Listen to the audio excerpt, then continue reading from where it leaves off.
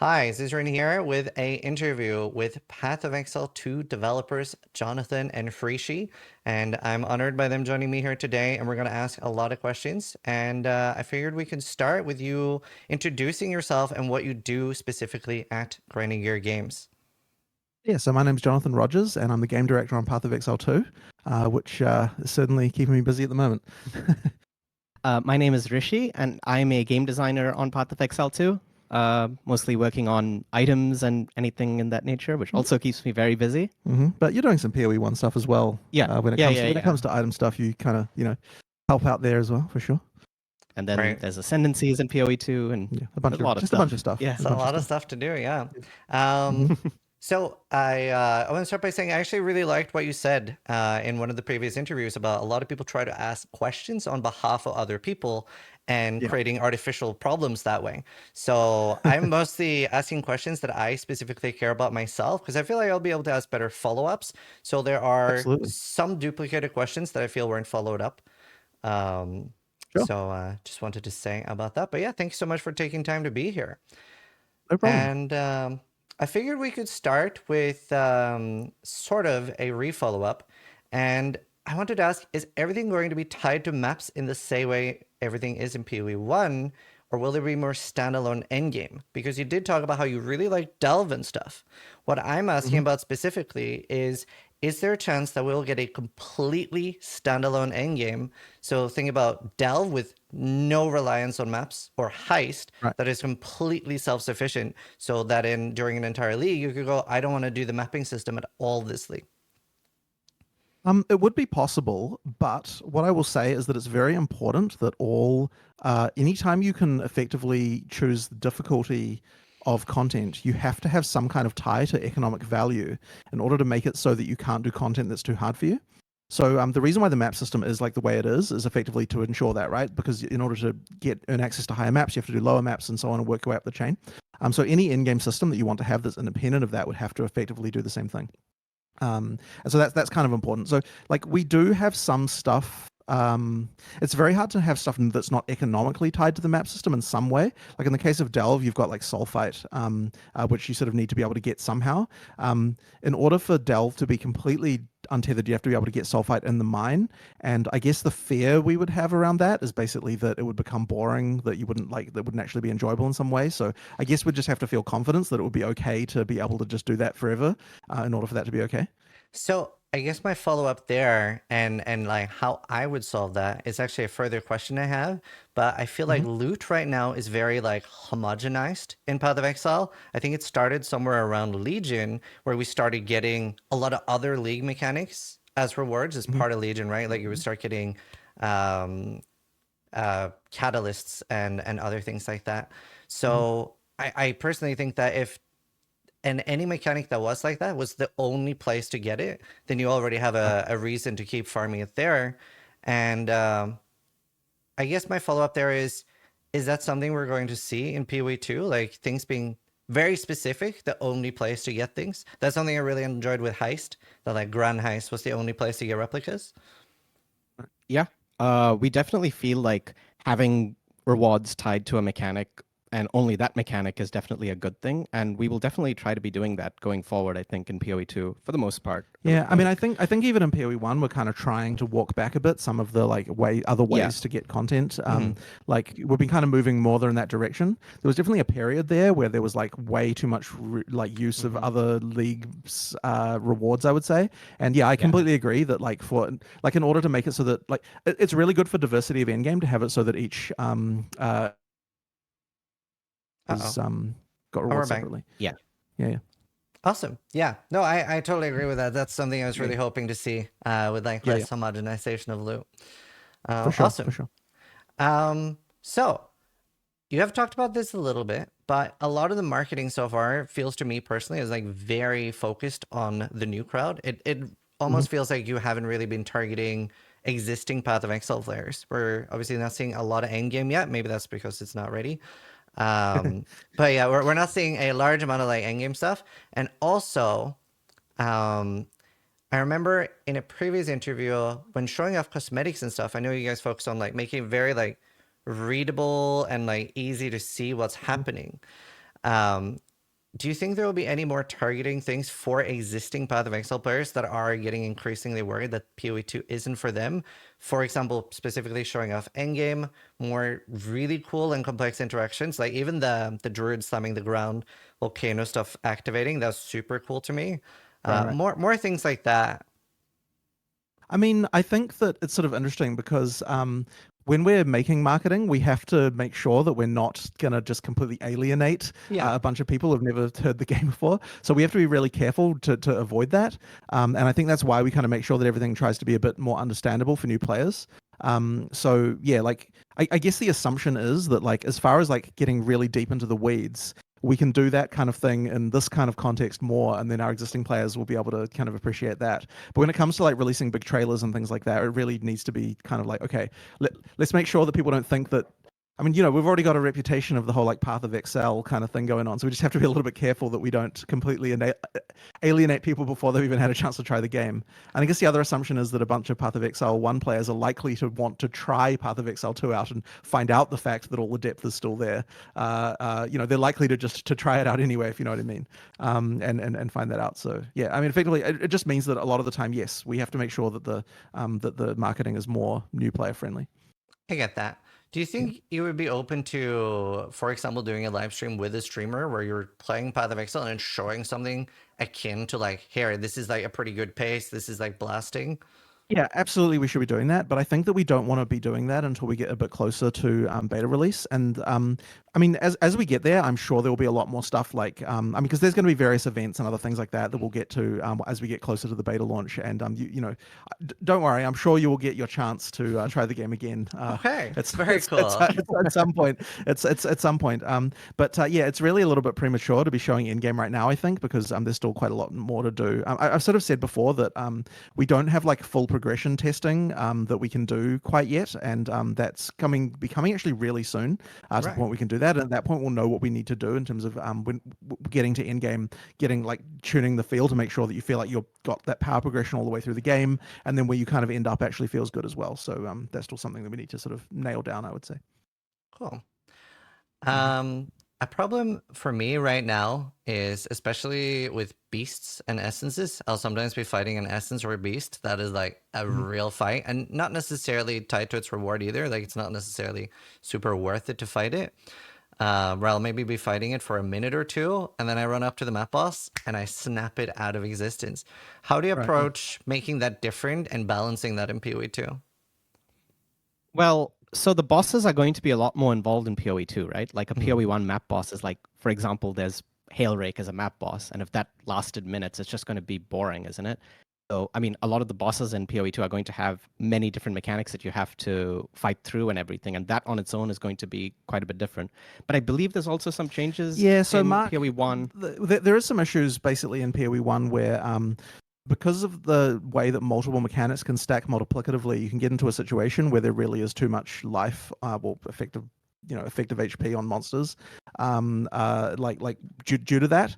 And I think that Mark has some kind of system that they're slowly introducing in PoE1 where there'll be some way to effectively demultiplicativize that. I don't know what the word is, but make it more additive so that it actually scales more reasonably.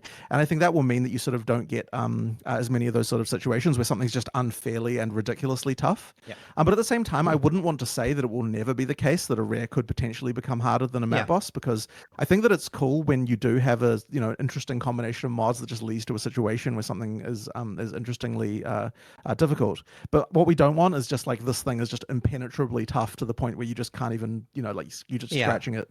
I think that's definitely bad, and I know this is something that we want to get fixed in PoE1 as well. So hopefully PoE2 also benefits from that. But just the fact that all of the bosses in the end game will be actually good bosses will mean that like it's okay to balance them harder, which will mean that relatively speaking they'll tend to be much tougher than what the rares will be. Awesome. And it's also a rarity thing, right? Of how often a rare is going to Sure, have sure. the I mean, there's mods. stuff around that as well, Yeah. of course. Yeah.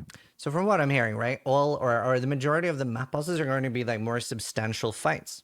For sure. But a follow-up question I have there is it can feel really good to like maybe have a specific build that is maybe very bad at bosses, right? I think back in PoE1 we had Vol Sparkers that couldn't do bosses at all. Do you see that being an approach players can do where I can make like a map specific build and it still be worth it to just like blast through the map but maybe completely ignore the boss? Or is it going to be expected that you're killing the map and the boss and that is the expected gameplay loop? It's a very interesting question that I guess I haven't directly considered until this moment. So let me think about that. Mhm. So, Well, there's a fraction of the reward that comes from the boss versus Yeah. the map and versus league content. So I guess in theory, if you could do the rest of it fast enough that you could give up Yeah. the so the reward intention, from the map boss, it would be okay. The intention is 1/3 from the map boss of reward, roughly. So that basically means that if you can do the 2/3 more efficiently, such that you can overwhelm the 1/3 that comes from the map boss, then that could still be plus EV for you. But I'm just thinking, like, do we actually want to incentivize that behavior or not? It's an interesting So question. I have a direct follow up too that might make you think about it Right. differently as well. Right. And it was initially supposed to be about core bosses specifically, things like Eater Worlds and stuff. But is there going to be like very distinct different loot between the map boss, like something that's only accessible there, versus the rest of the map? Yeah, I mean, we generally do that, right? Like, generally speaking, the map boss does have specific loot, right? Like, it's not the whole map, is my understanding. Well, the map boss is well, if you're just talking about regular Oh, maps. sure. If you're talking about Yeah, regular yeah, map, well, yeah, okay, so regular for map regular bosses. maps, generally not so much, right? But Yeah. it's just that's more of a thing when you've got like specific like a important specific bosses. boss will certainly yeah. have it. Yeah. But that being absolutely. said, I actually do like having like even more specific content in certain cases. The thing we just got to be careful of is we have to make sure that our systems don't encourage just running the same thing again and again and again for absolutely forever. Like, it's nice to be able to target farm something for a while, Yeah. but you just have to be careful that it's not like the economically best decision is everyone runs this one map and then that's it. You know what I mean? Yeah, So that's that's tricky. That's why I'm such a big Yeah. fan of like more target farming in specific things so that there's like you have so many options of things to track down. And I wanted to ask you about how do you feel about loot tables and target farming? And in all my time playing Path of Exile now, Path of Exile 1, I have only been able to discern one single item that drops anywhere, but also has like a higher chance from something. It's Rumi's concoction from Aziri or from Aziri's Trio. That's the only thing I've been able to Right. discern in 25,000 hours. Right. Is there going to be more things like that that are like similar to Diablo 2, right? Where Nightmare and Dariel is a higher drop chance of Stone of Jordan. Are you approaching that in any way? Like loot tables and target farming of things that Well, the do funny farm thing about globally? The funny thing about that is div cards kind of are Mhm. that in a way, because div cards ultimately are a way to target farm a certain thing. So I guess like, I mean, we haven't discussed whether or not exactly how div cards will come back and so on, but like if they like, I mean, but effectively like div cards do serve the purpose of allowing you to target farm for a certain item with higher chance at a certain area. Yes, but there's a big difference there in that div cards usually drop in one zone. I'm talking about things that maybe Right. drop globally, but something has a higher chance of dropping it. Right. Well, but So- the unique that the div card gives drops globally is, I think, what. Yeah, that's what I Right. mean. So like if the unique the div card gives Sure. drops globally, then the div card effectively serves as like a way to Sure. target farm that thing over, even though, you know, so I guess I would say that those systems kind of seem a little bit similar to me. Right. As for whether or not the actual map boss itself would drop like more as opposed to the map, I guess we could consider doing that for something like a div card. Like it's a potential way to kind of make it so that you've got that like that situation like that. But I mean, my understanding is that you had some issues with div cards in PoE1 as they are right now. So I'm curious to talk about that if you want to talk more about it. That's my next follow up. So, because Right. I was watching the Crypt talk about this, and I personally feel like divination cards, especially for boss drops and stuff, super devalue what they drop. Especially with something like the Void or when they can come from Diviners. Yeah, I'm not inherently against a divination card for a boss drop as a pity drop from either another really challenging boss or the boss itself. But yeah, I wanted to know how do you want to approach divination card and strictness to keep boss drops exciting? Yeah. So we were actually just talking about this. So yeah, do you want to? Yeah. So I definitely agree with you in that it always makes me sad when a boss drop comes from a div card before a boss is even killed. Yeah. You know, and we were talking about how it might just be better. Like, look, we don't actually know how div cards are going to come into PoE2, but if they did, they would only be limited to world drop items and not boss specific items. Because I mean, in theory, we could have the boss drop a div card for the boss's loot itself, but that sort of defeats the purpose a little bit. Exactly. So yeah, like basically, I think we were saying how if we were doing it, we probably would prefer that we excluded things that were in boss specific loot. But I know there's even other things like, so the other one that kind of also causes this is the reliquary. Yeah, like it that, and does. like Mark was saying that he feels a bit sad about the fact that like you've got foil things of a thing dropping before you've actually got the ability for the players to get the non-foil one. Yeah, Seems a bit absolutely. backwards. So there's like a bit of an issue there, I think, as well. Yeah. So yeah, it's something we definitely need to bear in mind. I would say. Yeah. And we did sort of discuss a few things about ways to. Yeah, but I don't know if I don't know if I've got a specific solution I'm quite happy with yet, but that is definitely a concern. But at the same time, like I know that players really do enjoy the process of being able to create things like div cards, so it's something that I do want to try and have something like. I do like things like that being in the game, so it's just a matter of making sure that we're controlling them right. Yeah. Yeah, and like obviously, well, my thought was you could have like boss pity drops that just can't drop from generic location div cards or the void, right? That the boss itself is the only place to get the pity. Right. But a follow-up I have is all divination cards right now are made by supporters, right? As a company, you haven't made a single one. Right. Is that something you're thinking about changing, or do you think that will be a supporter pack? I would say that I do like the fact that the players can know like that a certain piece of content is like player designed rather than company designed. Like I kind of like that separation. So I think that I would want to maintain that sanctity if we're doing that. But yeah, it's like as I said, we have to sort of work out what exactly what our rules are going to be for stuff like this. I mean, one question people have is like, are you going to do the whole design a unique thing again in PoE2? And this is a tricky question because like it is like well, I mean, Hrishi's normally the one who has to actually to actually do it. So you can say what your experience is like with regard to that stuff. It's generally so, and I'm not trying to sound hypocritical here because I actually started as a supporter that designed a unique as well, but it's actually really hard to make them, and the time it takes to make a supporter unique compared to a unique that we just make in-house is massively different. So if we were to do it, it would be, I don't even know like how much it would cost, like the company time and all of that. You know, part of it is just like there is an awesome community feel you get at the like I just remember the early days of PoE1 with supporters doing that stuff. It just felt really cool, and so it feels sad if we weren't able to do something like that in PoE2. Like that's why I'm kind of keen, even though it is kind of painful in a lot of ways. I think it still might be worth it just because like it's like there's just an awesome sense you get out of that. I think the main problem with it actually is not so much the process of designing it with the community, but more the afterwards when like some other thing like some new item will come out that's like better than the one the supporter designed for some purpose, and they're like, oh, you have to buff my thing, and like effectively they've got a sense of ownership over the item after it actually goes in the game, and that's kind of like that's actually probably the worst part about it. But yeah, because one of my questions was if you felt that you're too big to do that now. I don't want that to be the answer. Like I don't want to have to. So, I certainly don't want that to have to be how we say that. I don't think we wouldn't do it just because we're too big. It would be for other reasons if we didn't do it. Yeah. So obviously there's two solutions I thought of. One is increasing the price, right? That will like limit the money. But you could also have a raffle that people sign up to like I'm willing to pay whatever the $500 or the $1,000, and then like 3 people are picked and they're like the lucky ones. That would be interesting as well. We could potentially do something like that, but I don't know.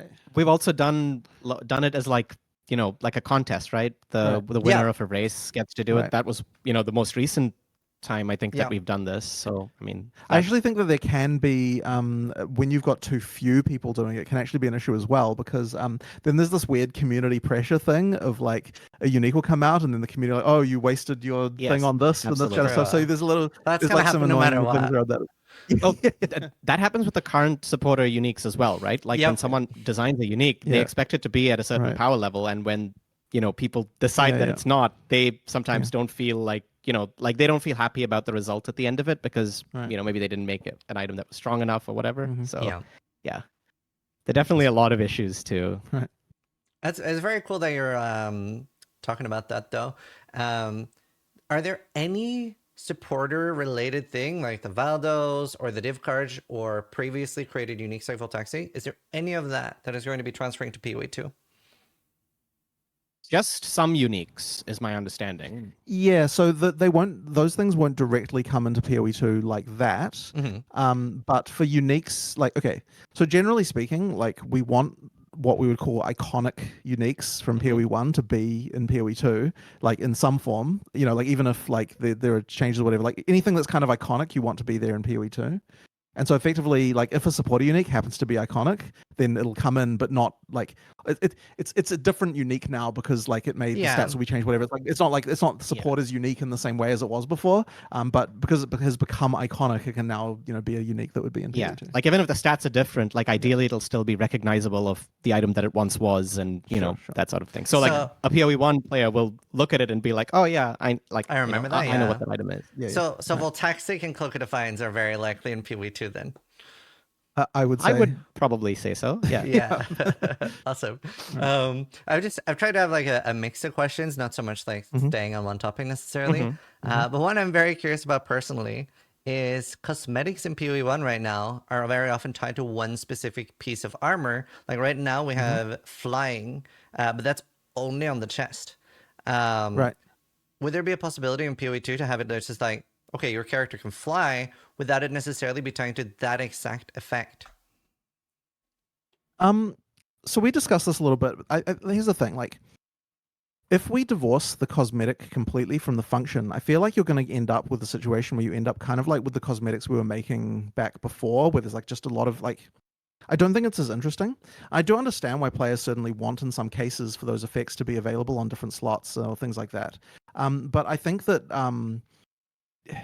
I don't know, like thematically as far as design goes, it's just so much better to design an item where you're thinking like, oh, it's a like it actually puts the game design. I'm not doing a very good job explaining this, but it puts the game design kind of back in the cosmetic design process, which I think is something that makes them a lot cooler, a lot like better for our designers to work on. Right.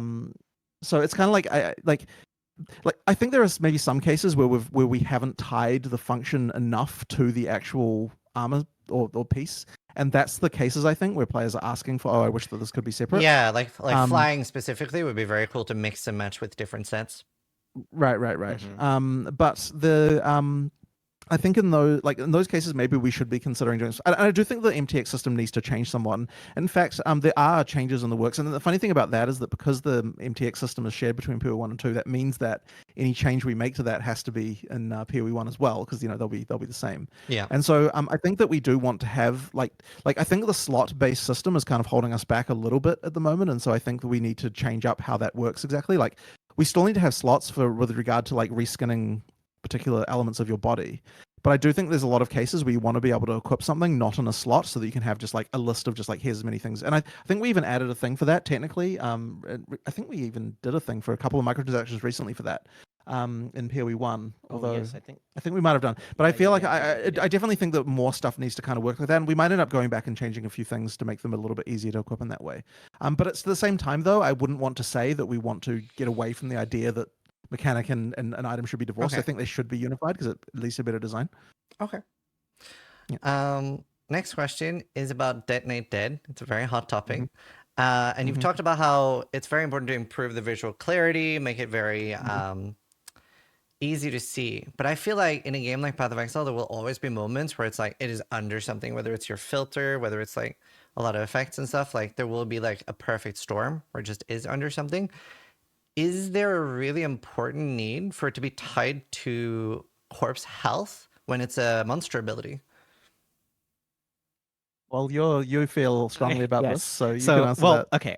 I'm not sure how I feel about the monster side of things, but I do feel strongly that the player skill needs to be tied to corpse life because I agree with that. there should be a difference when you detonate the corpse of a rare monster versus a magic monster. And then the question is, well, why would it be any different when it comes to a monster, right?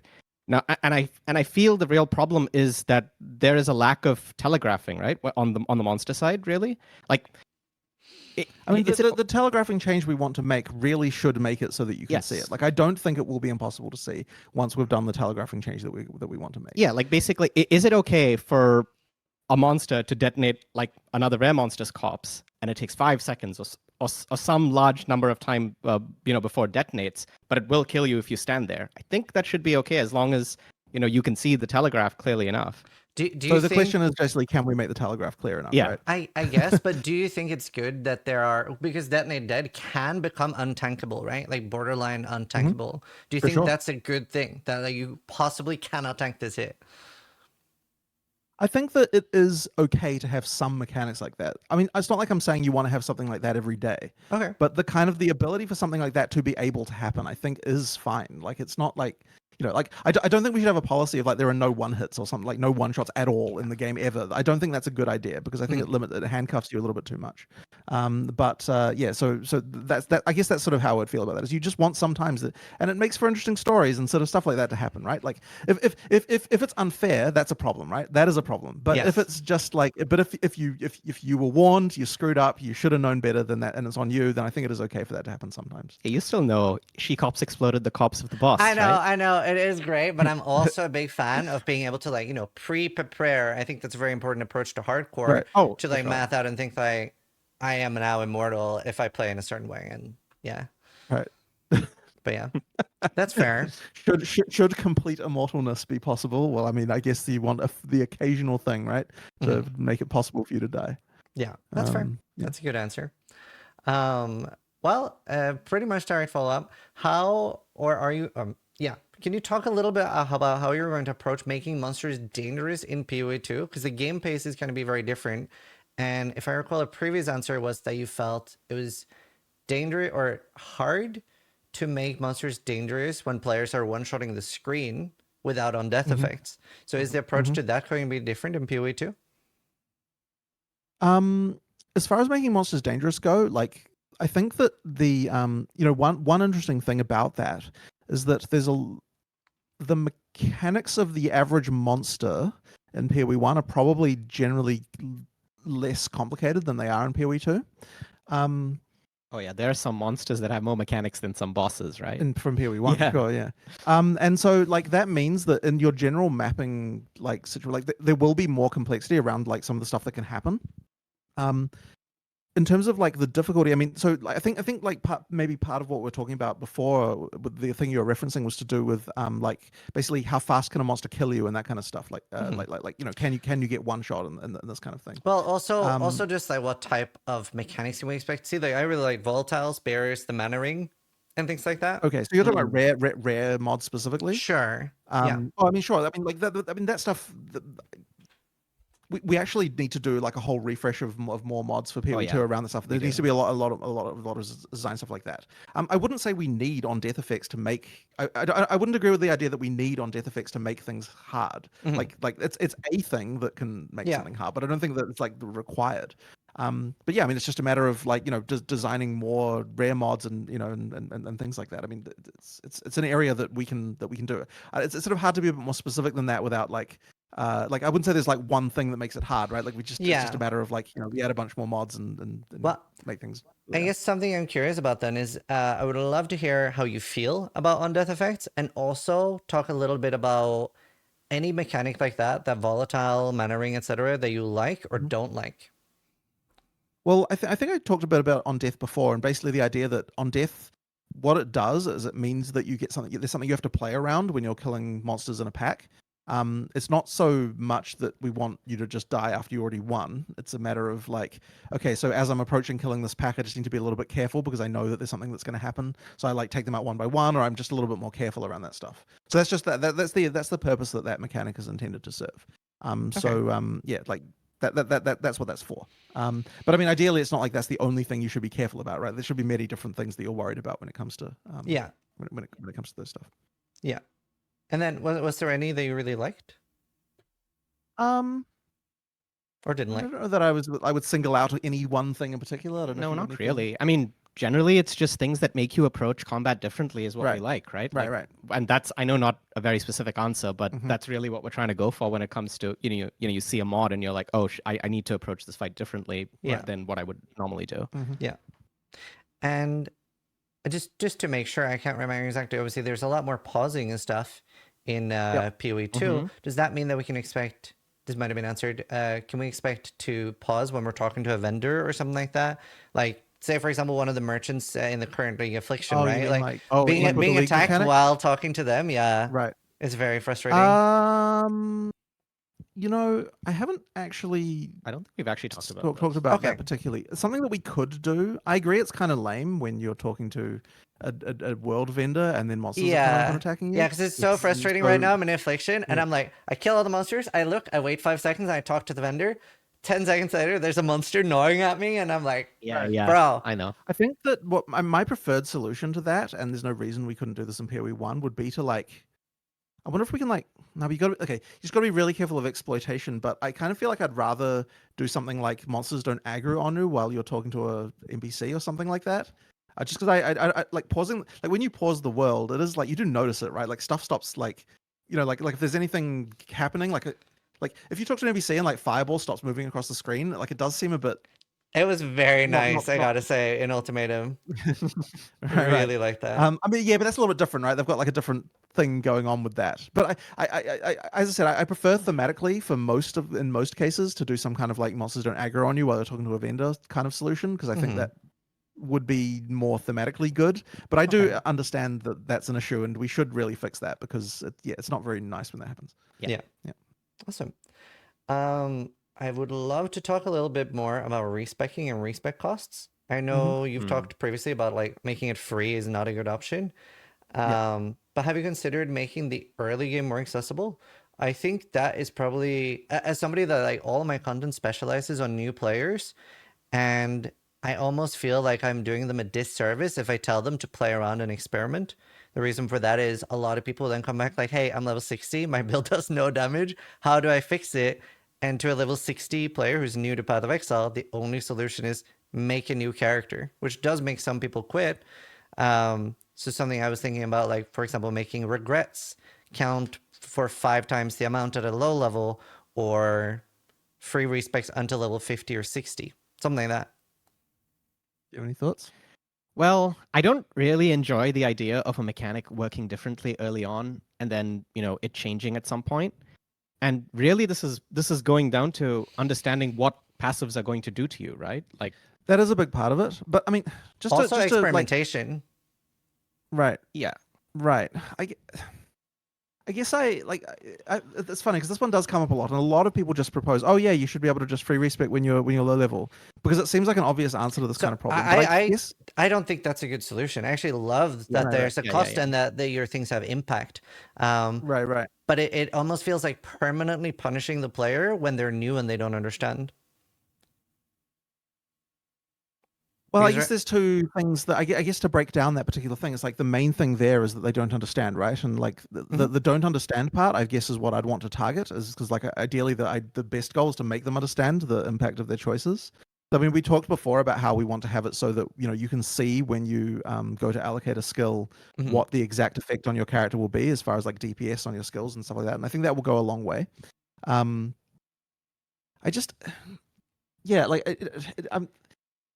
I guess I still haven't hit on like a system that I think works really well as far as respecing goes. Like one thing we talked about, for example, that I think is sort of interesting and the kind of thing I'd be willing to do, would be that you can free spec specialization points. Like those are the ones that let you specialize in a specific thing. Like that would be the kind of rule that you could have, which of like is an understandable way to allow you to do things through the whole game.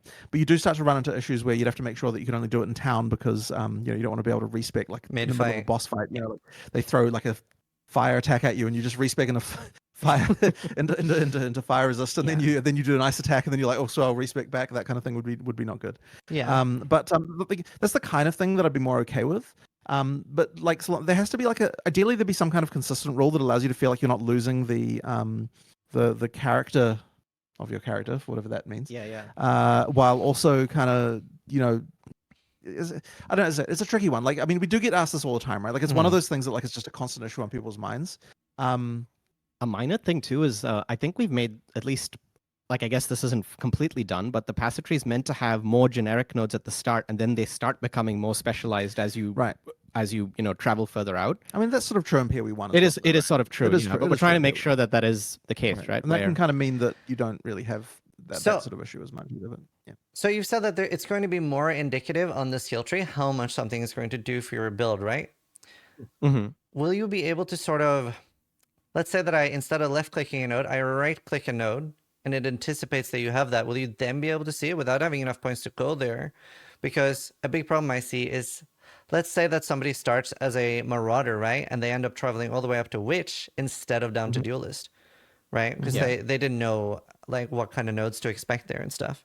If they aren't able to like sort of plan it out a little bit, let's say they have like 10, 20 shadow nodes that they can assign to sort of pre-plan their route in game a little bit. That would do So you want to be able to see the final result on your character of All the nodes up to all the nodes point. up to of basically if I take pre-allocating these what it 10 would look like, nodes, it is, even though I don't have any skill points ready to put. Right. We actually discussed this a little bit, and I guess I'm a bit undecided as to whether that's good or bad. So I previously said before that I want to avoid too much like path of building stuff in the game client because I feel like it can develop things. But on the other hand, like it does seem harmless what you're talking about, and it wouldn't actually be hard to implement once we've got the ability to. Okay, assuming that we already have the ability to show you what the change on your character is for a single node, right? There's no reason it would be harder to do multiple nodes. Like it's sort of it's easy Right. enough. Yeah. So like I mean it's the kind of thing I could see us potentially doing, but I guess I'd have to explore like what the full sort of implications of that are. It's the kind of thing we could potentially do. Cool. Because I do But- feel. Sorry, go on. Go on. Are you going? I do feel that endgame respecs right now are in a very good place where like I don't feel like it's a problem to respec a level 100 character. It has a very clear right. cost, but I do have a lot of regrets at that point. So it's just PoE is sort of the reverse of a lot of other games there, where a lot of other games I play are awful at the endgame respec, but are very forgiving early because you're expected to experiment more and stuff. Well, I guess one question with that is that do you feel like if you're a level 100 character and you want to respec into something completely different, do you find that to be easy? Was it easier to reroll a new character, or is it easier to easier to respec? respec? Easier to Okay, respec. interesting. Very. I think the endgame Okay. respec in PoE is very easy. Right. Yeah, but I mean that's probably a little bit too easy at that point, right? Like because it's like you don't want it to be that you can. What just... have I done? Oh no! Yeah. No, it's very hard. It's very difficult. I think that's partly just to do with where the loot is at this point, as far as getting currency is concerned. Yeah. In PoE1, like it's pretty easy. It's not like this. Look, PoE1 is what it is, right? So, Okay. but I'm so sorry, PoE community. yeah, but the thing is that like like you want it to be that it's a mission you can go on, but that it's not necessarily like it's not necessarily easier. It's not supposed to necessarily be easier than re-rolling a character. I mean, look, if you're talking about an actual level 100 character, then sure, yeah, it's going to be easier because level 100 should be a hard thing to get to. Not that it is particularly hard in PoE1. Well, depending on who you are, I suppose, but not that it is that hard, I guess, in PoE1 to get to level 100. But if you're talking about like your level, you're like a level sort of 80 character, I would hope that that it would be the case that re-rolling another level 80 would be a bit easier than completely 100% respecing the entire character back to 0. But I'd say it'd be the case in PoE2. Yeah. I would but I guess we'll see. Like it's supposed to be a bit of a mission to go on, right? Is that where you still maintain the story of your character and everything kind of see like... as a player I do feel a little bit differently of it. I do like that there's a cost, but I do like that it's just that it is a cost. It's a clear cost. How much am I paying? And then I can weigh the pros and cons. But I don't necessarily want it to be like really difficult. Right. As I said, I mean we'll look into the balance of that for sure. But at the same time, like I don't want it to be trivial to be like, oh yeah, just easy, just like like just grab 100 regrets. It's simple as. But I don't know. Like I feel like where were we 5 years ago, right? Like how were things looking then? It has gotten increasingly easier, but I do think it is something that causes people to play longer because ARPGs notoriously have a big problem with. Obviously, you guys get asked all the time if people can just skip the campaign and stuff because I think on software specifically, it can easily feel like a chore. So I do think reasonable access to respecing and remaking characters so that people don't have to do the campaign for the ones that want it. I do think there is a lot of value in that. Right. Understood. I guess what I would say though is that like playing longer isn't necessarily our goal within one league.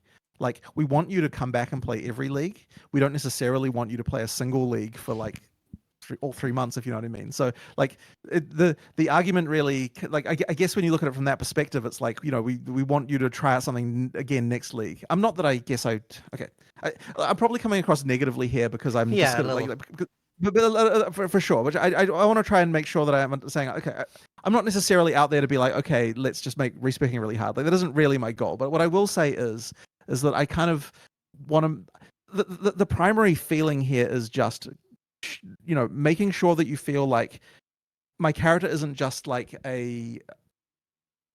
What's the right? Maybe you're better. It's not X amount of currency to convert into a completely different character, and I forget everything what my character was before. I mean, ultimately it is that, right? Ultimately, Because specs do that, yes. but you don't want it to feel immediately just like it's not just a trivial amount of currency, I suppose. Right. You want it to feel at least, probably. You want it to make it feel like there's a little bit of a thing there. Like I am going on a mission to do this. It isn't just like something that I can trivially do. I mean, obviously you get to the point. I mean, as a streamer, you probably feel this way a bit more because of the way that, like how to acquire wealth at this point.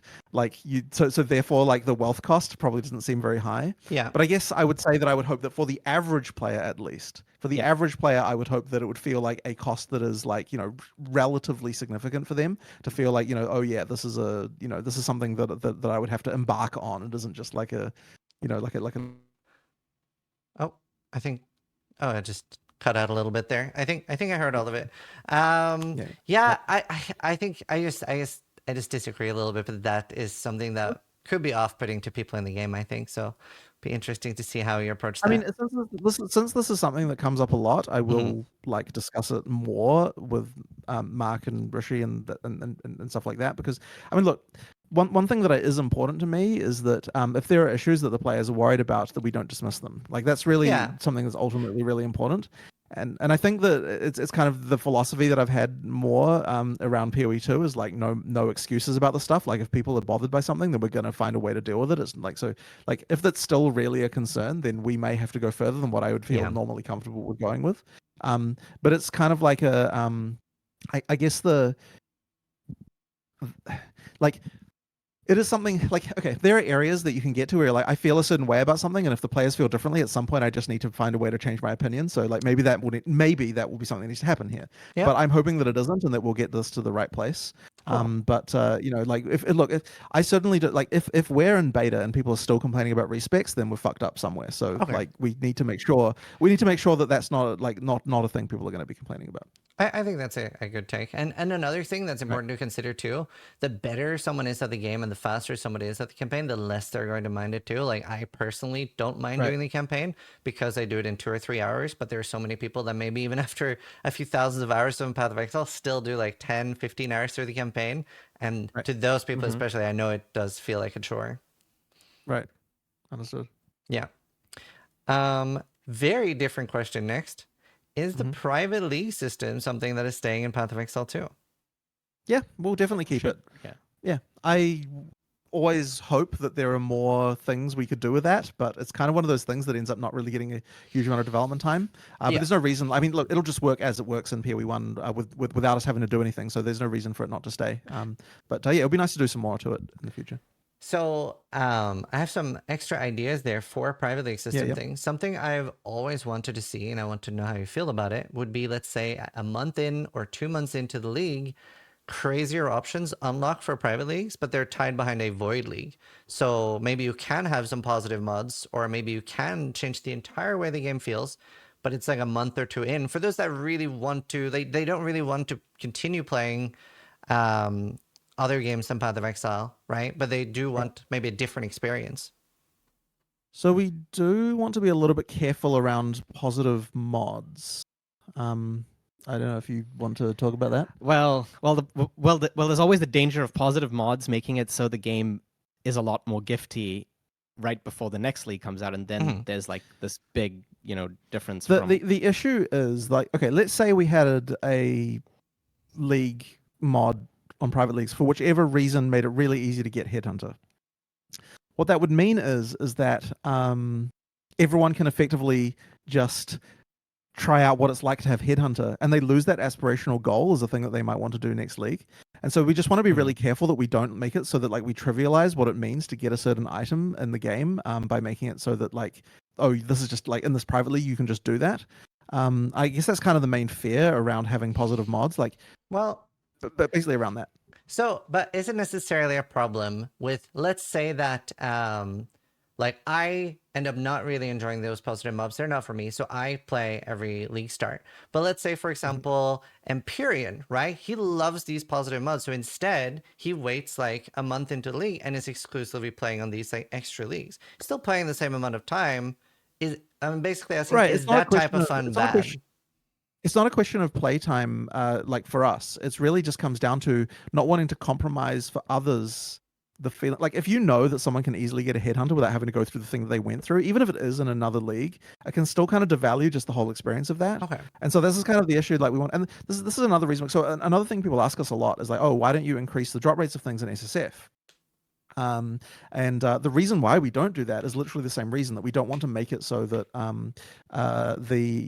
there is some way you can play that makes it easier to have the same experience. Now, I actually think, by the way, that my stance on that is softening slightly, because in practice it is always easier to get stuff in trade leagues because of the ability to do trade, right? So in reality, we probably could think about increasing the drop rates in SSF. Although if we did that, we'd have to make it so you couldn't port your characters from one to the other. So I'm not actually saying this is a thing we're going to do, by the way, but I'm just saying like I guess my feeling on this is that maybe it doesn't have this problem, because like you could probably increase the drop rates in SSF quite a bit before you got to the point where you'd actually have an easier time getting high-end stuff than what you do in trade leagues. But I'm just saying that like this is the kind of like when we say something like that, the reason why we're saying it is because we want to avoid the situation where it becomes easier, like that there's a way to get the same experience of having an item in a different place than like that's the kind of thing we're trying to prevent. So I think that would be very popular for a lot of people. But if you consider doing something like that, could that be an additional tick? Because there's no worry about splitting that league, right? There's no economy or anything. Could that be a tick where you can have the boosted rates and no transfer, or you could stay in the exact same normal? Because personally, I would be really sad to have increased rates. I want to just play a more difficult version, but I don't want to go like all the way ruthless, right? That's maybe too hard. So having both could be an option, because there's no We would splitting of have to think economy. about that, because you don't want to split the community again, if you know what I mean. Like you want to be a little bit But careful there about is that. no real But I guess split it is there. anyway. So Yeah, so they're it's all not alone really- anyway. Yeah. Yeah. It's something to think about. Like it's something that I'm potentially interested in exploring. I mean, it's a little bit similar because like Last Epoch has that whole thing where Yeah. like if you play non-trade, then you've got extra items and that kind of thing. And I think it's an interesting thing to rethink about in the context of that. Cool. Is that like something we could potentially think about doing. But as I said, the key goal for us is just making sure that like if you look at the work it takes to get a high tier item, that it doesn't feel like someone else just has an easy time of getting that, even if they don't have the ability to trade it with you, even if they do go to Void in the end. Yeah. That there's still that feeling of like it's unfair that like they can put in less work and still be able to have that same experience, and that's what we kind of want to avoid. I mean, personally, I'm not a big fan of boosted rates, but I know a lot of people would be. Right. Another thing for private leagues. Now, I don't know if this is even functional. This is sort of me being a little biased as an event creator here, but I've always wanted to do a similar thing of RuneScape's group found, where you literally lock yourself into like, this is the group you're playing with. I don't know if, are you familiar with it at all? I am not familiar with that, but I can imagine how that might work. We can only play when other people everyone from your group is playing. No, it's you can play at any time, but they actually have a shared death system, which I think is really interesting. So if you're playing with 4 people, you have 4 deaths on hardcore. So one person can die 3 times, another person can die 1 time, and you're all moved to standard when you die. Things like that is a very cool approach to it.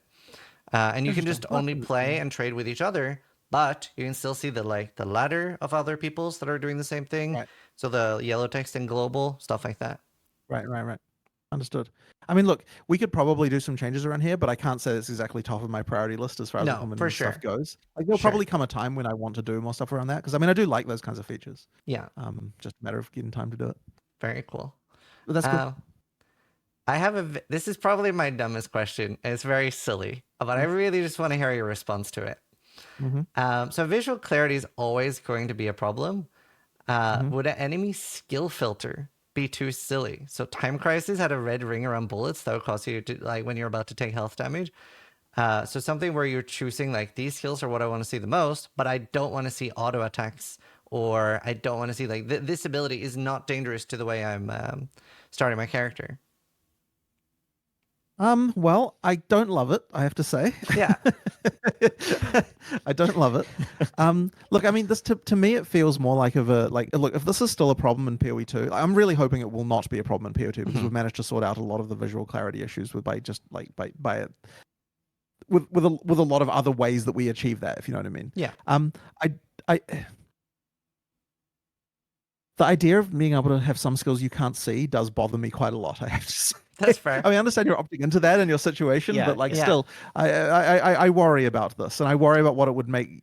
It seems I can't say I'm a fan, as I said. Do you hate all terms of opacity with like, let's say I want to see like maybe there's a max on it, but let's say I want to see like 30% less monster mods, or something I know is requested and I would love this is being to turn down the opacity of my friends. Like in a 6-man group, Right. I'd be hard pressed to see that there won't be opacity or effect problems with 6 people. One thing I will mention is that you can't just okay, technically, if you did this and you had the ability to turn opacity down, for some sources, the effects wouldn't quite work the same. It isn't like different components of skill effects of different blend modes that will kind of break in certain ways. Like the effect won't look the same as how it looks just dimmer if you did that. So from a technical perspective, I mean, it's not like you could do it and the effect would be dimmer, but the effect would not look the same as how it looked before. And so it will break some stuff, which is a thing. But at the same time, I guess I just like it's kind of one of those things where I feel like if you feel like you'd have to do that, we've kind of already screwed up. You know what I mean? That's kind of my feeling on this as one as well. It's just another one of those like if you really shouldn't feel like this is a thing you need to be doing. And I understand in PoE1 where like that becomes a thing. But yeah, I really sort of would hope that isn't a necessary solution for us. So, once we get to PoE2.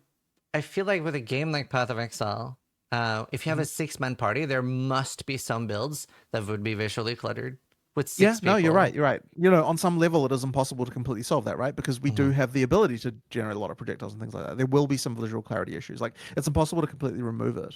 And so I guess you would argue then, well, then why surely you need some kind of system like this? And I guess that is a thought.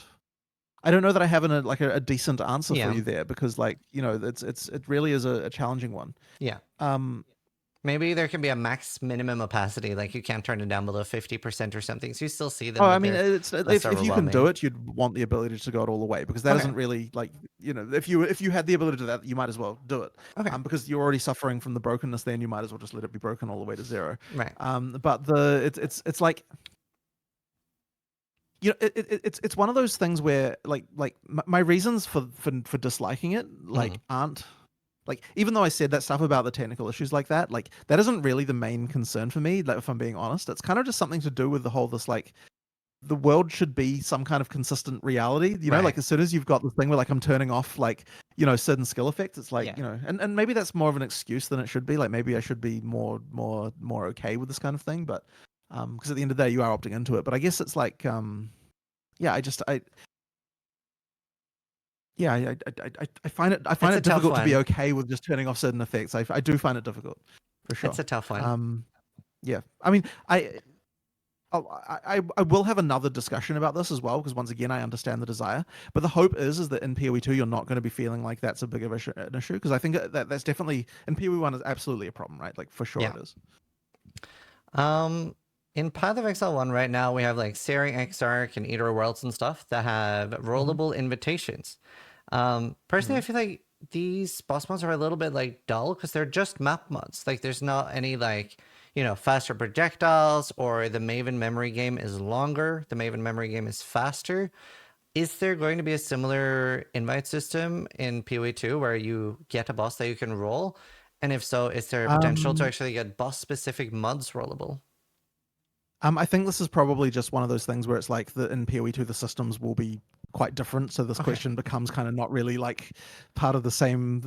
Yeah, like it's hard for us to really commit to anything particularly around this since the systems are different, and like there may end up being systems that work similarly, but I don't know that they're going to work the same, and it'll be different design in any case. Okay, cool. So I think this question just kind of ends up being like it's not quite relevant to PoE2 enough. Okay, that's fair. But I like this is one of those things that I'll mention to Mark, and since he can do since he, you know, does PoE 1 design, he can be like, okay, like I'll take that on board. But yeah, I think it's not so PoE 2 relevant. For anything, because I'm guessing there will be some form of something that will be rollable on a map or Oh, something. there will definitely be rollable stuff in Yeah. in PoE 2. Have you considered positive mods? Like you have on heist contracts, like there's no cost. Well, So I actually do like this, but I feel like there was a reason we didn't do them. I'm just trying to dredge up why. well, we used to have Yes, like we did. pack did have size. maze, Yep, we did. And yeah. everyone rolled for pack size. Yeah, yep. And then we added pack right, size to that's every mod. That's what right, it was. Yeah. So basically, if you want to explain that a little bit more. Yeah. But So I mean, it used to be the case, right? Like back in the day when there were positive only map mods. I don't know if you remember Area as a Maze, which Yeah. I guess technically isn't really positive, but it was positive because it increased the size of the map, right? Mhm. And what ended up happening is I remember everyone rolled for that, and that was a reason why we removed it, and we added pack size to every map mod. And I'm not actually sure that was necessarily. I'm sorry. Well, a big problem on top of that was that was because of map sustain. Like we would literally run out of maps without it, right? Mm-hmm. So, but yeah. why is it bad if everyone wants to roll for a specific outcome? I guess. That's a good question. Yeah. I think we've had this discussion in the past. Yes, I'm just trying I to don't know remember if we what it actually was. had any conclusion there, but but look, I guess on the surface, I don't see a reason why we couldn't have positive only mods. I mean, there are some which I guess technically aren't positive only, like sea witches. It's sure it's technically negative, but it's it comes down entirely to this. Do you want it so that when you get a map that you have to re-roll it to get a certain mod, or do you not want that? And I believe the reason why we decided we didn't like that is because it became part of the mandatory chore you have to do every time you want to roll a map. Now, there are a ton of mandatory chores going on right now in PoE 1 that you have to do in order to juice maps, Well, which is another whole topic, right? Yeah. But basically, the thinking is that you want to be able to just get a map to be able to, like we still want to have it so that you can craft maps, and that can be an interesting thing, but we don't want it to be that every time you get a map, you have to roll a certain mod to play it, and if you don't, then you're at a disadvantage. So that I believe was the reason why we didn't like having positive mods. And so maybe there's another solution that allows us to have positive mods, because I mean I actually do like them. Like I think it's cool when you have the occasional thing, but I don't think we were able to find a good way to design the system such that you can both have that and not have that effect that I was talking about of having mandatory reroll as part of your map process. Maybe So yeah, that was the issue. maybe that's something that ends up being a league mechanic where the currency is like a positive thing, like a thing like Delirium Orb that you add to a map because you're a weaker character and you need a little buff or you want to go faster. Yeah. But I mean, for example, you could have positive corruption outcomes on maps. Like that would be a thing you could do, because after that point, like you can't just re-roll the map until you do it, right? Like it's just a one-time thing. You do it, cool and idea. that would be fine, right? That kind of thing could work. But like yeah, it's one of those things where we just that's the situation we have to engineer. That's very cool. Mm-hmm. So my least favorite thing on monster mods in PoE 1 are things like cycling damage reduction, less chaos, less wither, because they feel a lot like immunities in Diablo 2, which I personally didn't like. I don't know how you feel about them, but I feel like they just it feels like just running into a speed bump, and it's not that the monster is dangerous. There's no counterplay, and it's not very engaging. How do you feel about that? How do you feel about immunities in D2? Hrishi? Well, okay. So when there's no counterplay, I can see why immunities are not great. Mm-hmm.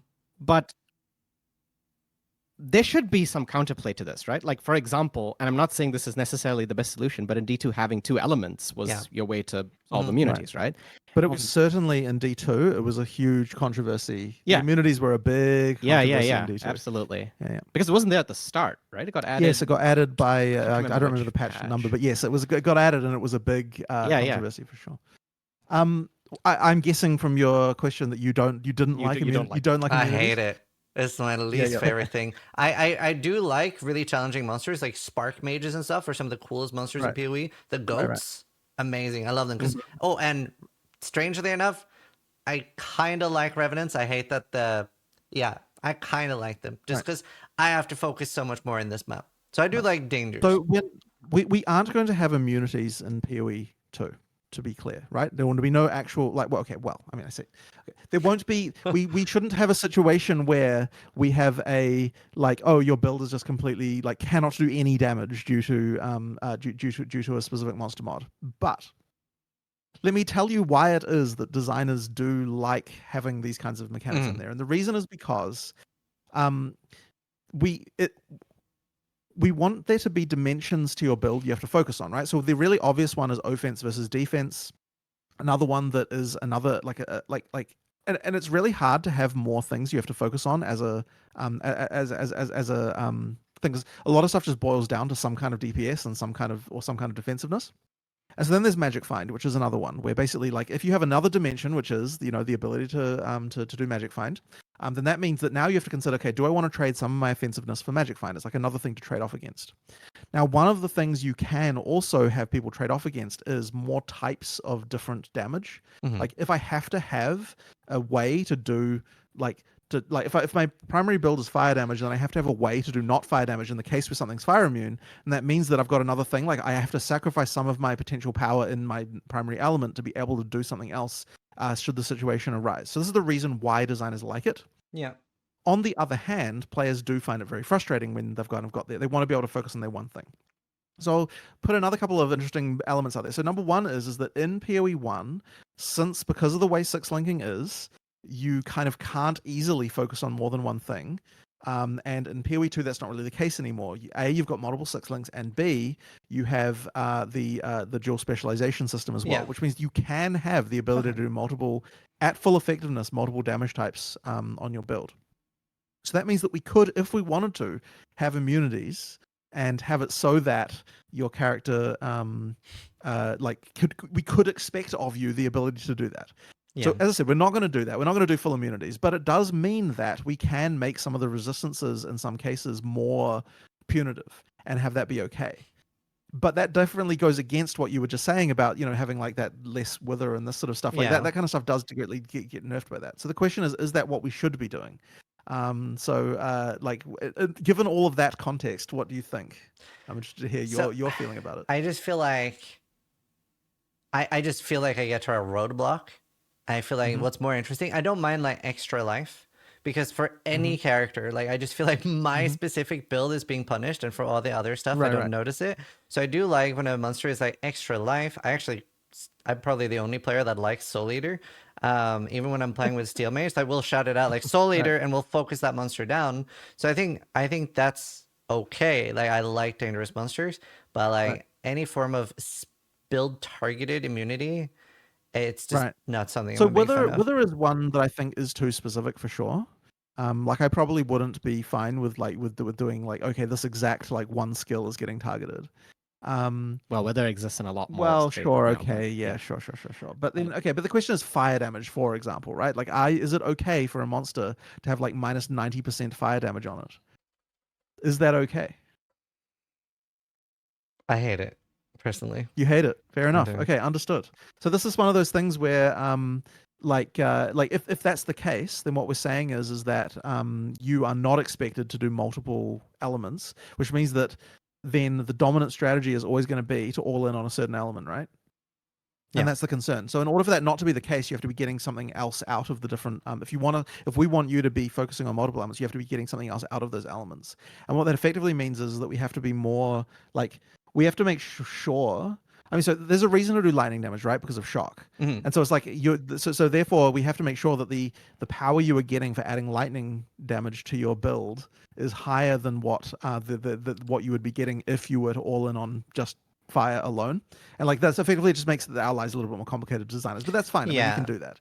But it's one of those things where like the reason for it though, like just to be clear, is because of the desire to want to make it so that the players have to focus on more elements in their build without having to go all in on one thing. Yeah, like a monster mod that reduces ignite duration is a good example. Like the reason is so that if you're focused on ignite, you also think about getting more ignite duration on passives or whatever it is. Or you've got some other thing that isn't ignite that you're able to do in some other situation. So yeah, but it's good. I guess a big concern for me as a player would be a build is not going to be switching most likely. Well, I'm assuming a build is not going to be switching from spell to like a pure physical attack, right? So anything that's like very punitive for that would be correct. You're unlikely Yeah. to switch from spell. Although in some cases there will be cases where you do that. But for the most part, like if you're, but the thing is, but that would imply though that we still like it's still okay to be able to switch from say fire to ice, like this kind of thing Yeah. can be fine. Like Yeah. we can make that so that's an acceptable and reasonable thing to be doing. That's fair. But I mean, I think we probably want a little bit more pressure in this regard, just because of the fact that you can do dual spec. Like we want a little bit of pressure there. But as I said, we're not willing to go to the full like total immunity situation. Like it's just a question of like making sure there's a bit of pressure there to be able to do something else. I guess that a lot of the problem is especially like Chaos and Wither, because like pretty much every Chaos build uses Wither, so it's like double tapping the build, right? Instead of just being like a 30% damage reduction, it can be a lot more in some cases. Right. I at the same time, I don't know that 30% of a reduction in a certain build on a mod is quite enough to be able to encourage the situation. Like if it's just 30% reduction in total DPS, then I think that you'll just power through it, and then you effectively like, what was the point of the mod? Then you might as well not have bothered. I feel like there's probably somewhere around the kind of like 70-ish% mark where it's like, okay, like it is a thing that I have to deal with now. Like it's not just a question of like, like, oh, just hit this monster just had a more effective life for me. Right. It's kind of an actual like I need a solution to this in my build. And so yeah, like there's still some more to do around this area, I think.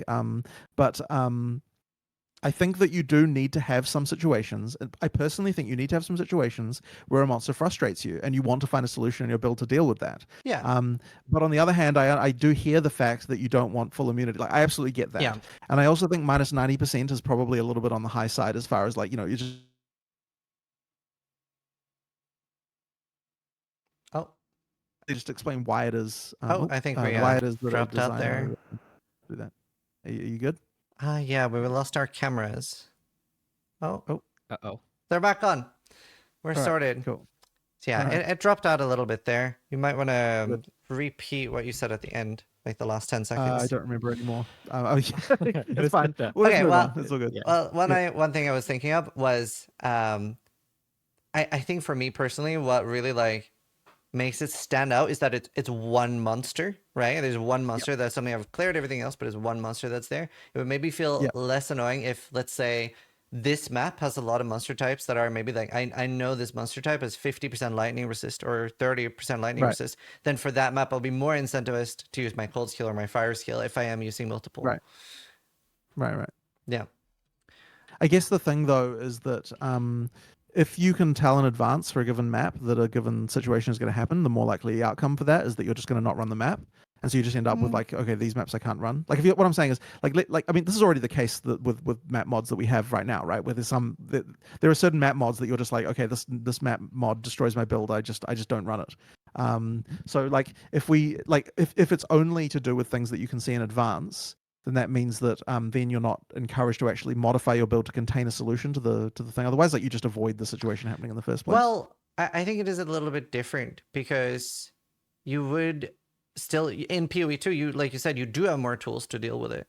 So then like you said, it's just the fact that it's one monster. Like I think if it's a lot, then I think it's more okay for me to find a solution to like I need to have two different elements. But that's still gonna if it is like a 70% damage reduction, I don't know. I think it'll feel right. So what you're saying the fact that okay, there's this one boss here that's just like it annoys you the fact that there is a monster that just one singular, one monster thing there, and I don't really want to have to deal with it, so you just run on and not kill it. I assume a lot of the time in that situation. Yeah, I do actually sort of agree with you a little bit, but I'd have to think a little bit about a solution to that. But I actually kind of appreciate the fact that is an interesting thing to identify because it's one of those things that there would be a solution for, and that sort of would allow that. And as I said, designers do want to have the ability to do this kind of thing. Yeah. Okay. Interesting. All right. Another thing, and this was talked about a little bit before, but I want to talk more about identification. So yeah, ID scrolls and stuff. To me, that feels a little bit more of something that made sense in like CRPGs, like Baldur's Gate, or back in the day where you have like cursed items, you can equip unidentified items, and it's either a limited resource. Can you explain to me why you do like identification, right? Yeah. Can you explain that to me? I want to know. Well, okay. So this goes back to, I guess, what we call the town cycle. I don't know if you've talked about this You can talk before, about it. but it's effectively okay. So you've done a map, you have a bunch of items. It's important to go back to town, do a bunch of things, and then go into your next map. And in PoE2, you finish your map, you go back to town, you talk to our identify all NPC, and then you look at your items. We feel like that loop is kind of important to preserve as as running map to map rather than just having it when you pick it up it just automatically identifies. There is also this thing where you get two shots at something you get two moments of intrigue as far as an item goes. Like an item drops on the ground, you pick it up and you're like, oh, will it be good? Will it be good? And will it be not be good? There's this extra element of Yes. intrigue that you get there. Yeah, that's a good. So that's kind of like an important one as well.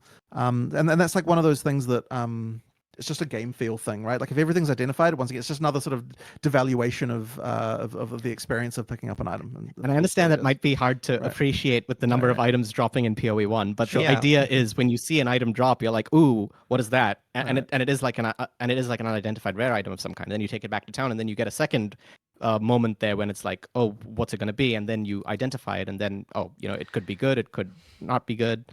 Yeah. Well, you did previously mention Last Epoch, and Last Epoch does not have identifying rares, but you still do get that feeling of you hover over a special base and you see if it's good then and there, and then you don't go back to town like you said, but you like look at it and you go like, oh, I actually do want to pick that up.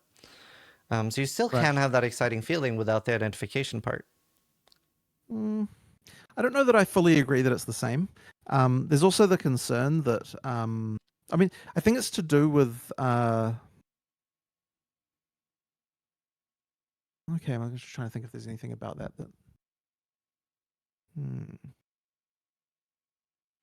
So you can just effectively what you'd prefer then is just that you like everything's identified when it's on the ground. You can just mouse over and see it.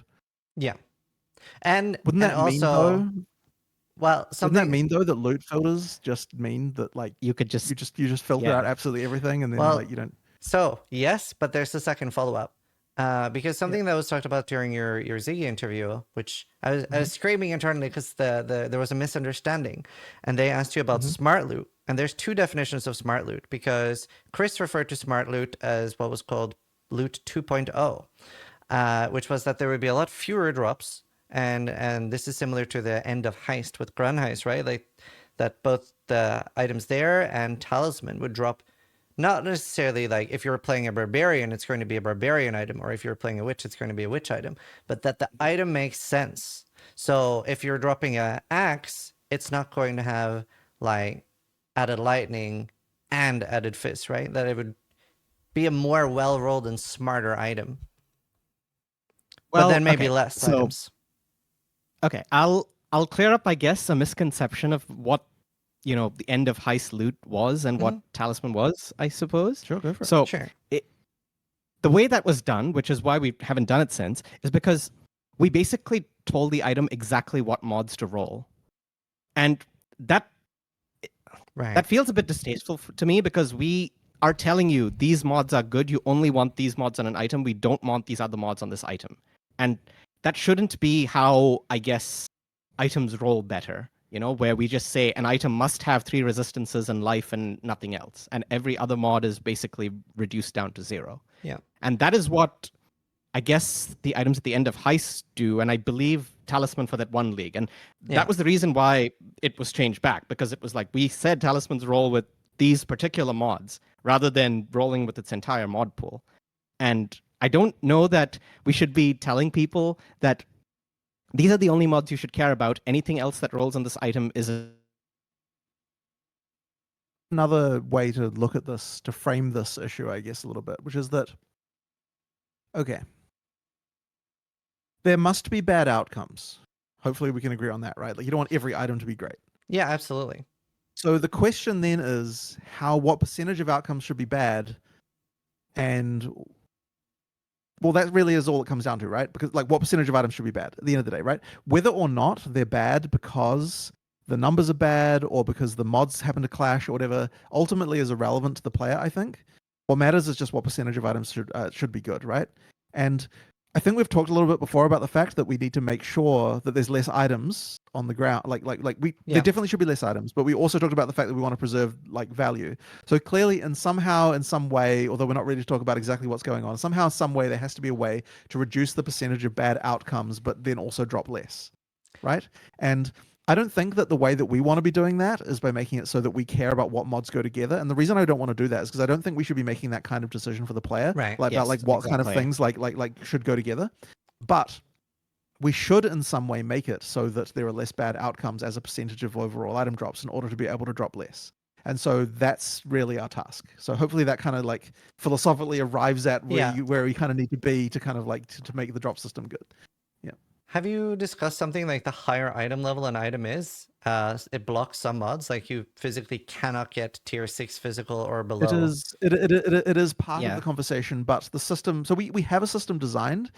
It's not like at the point where we're willing to quite talk about it yet, but ultimately, like there are elements of that, yes. But like you'll see more about that as we like a little bit Okay. later. But we're going to reveal like how the whole item drop system works in PoE2 before too long. But yeah, like there has to be in some manner a way to make it so that there are less bad outcomes as a percentage of the items that drop, and so things like that help with that for sure. Very nice. Yeah. Another thing, it's quite hard to balance that both like dropping items and crafting items are exciting. What kind of percentage do you see there? As well as adding things like maybe drop only mods, like what kind of percentage do you see there? Because current PoE one right now, I feel like 99% of my items, if not 100%, are crafted, almost from scratch. Well, it's really hard. Okay, just to just give a percentage, right? Mhm. But our goal is to make items on the ground matter. That it goes back to why we changed the Chaos Orb in PoE2 in the first place. Yeah. Because if I remember this conversation, we were talking about how to make bases feel valuable.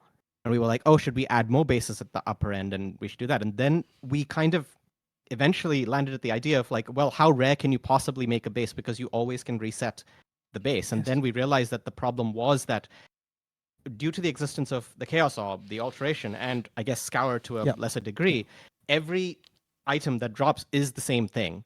Now, when our expectation is you're starting from an item that dropped on the ground with certain mods on them already, and then you're crafting from there, there's at least some level of interconnectivity there of like the items on the ground matter, and you get to craft them on top of that. The answer is both. Every item that you get should both have dropped well on the ground and be something that you crafted after the fact. That's like that's the intention that we're going for here. Yeah. Not to say that we're going to remove from scratch crafting or anything like that. You still do that, of course, you can. But I think that a much more viable path is going to be that you start with something that's already kind of got part of what you need, and then you go from there. And that's going to be the more common situation in PoE2. And an interesting outcome of removing scouring is that white items found on the ground actually have value because they are the only way you can start from scratch. You can't you can't just get like a blue item or a That is nice. Sure. I do miss kind of back in the day when WoW Axes were worth something and stuff like that. So that is cool. Right. Yeah. Are there going to be drop only mods in PoE2? Like, is that a concept you like? Well, so this is a tricky one, right? Because yes, I do like the concept. However, there is, I guess, something that bothers me a little bit. If the best possible rare comes from very specific content and cannot just drop from anywhere, so we just have to be careful about what sort of mods are drop only. I don't know if I have a great example off the top of my head. Well, you wouldn't want it so the highest ED yes exactly came from a specific like place, because then every item that you start with would have to come from that place. Yeah, like incursion mods is a good example of something that I feel isn't in the right spot there, because like the incursion mods are better than base mods in many cases, and you don't want to have to do that in order to start from that base, right? So what you want is the highest. You want there to be mods that are good for specific builds that are drop only in certain locations.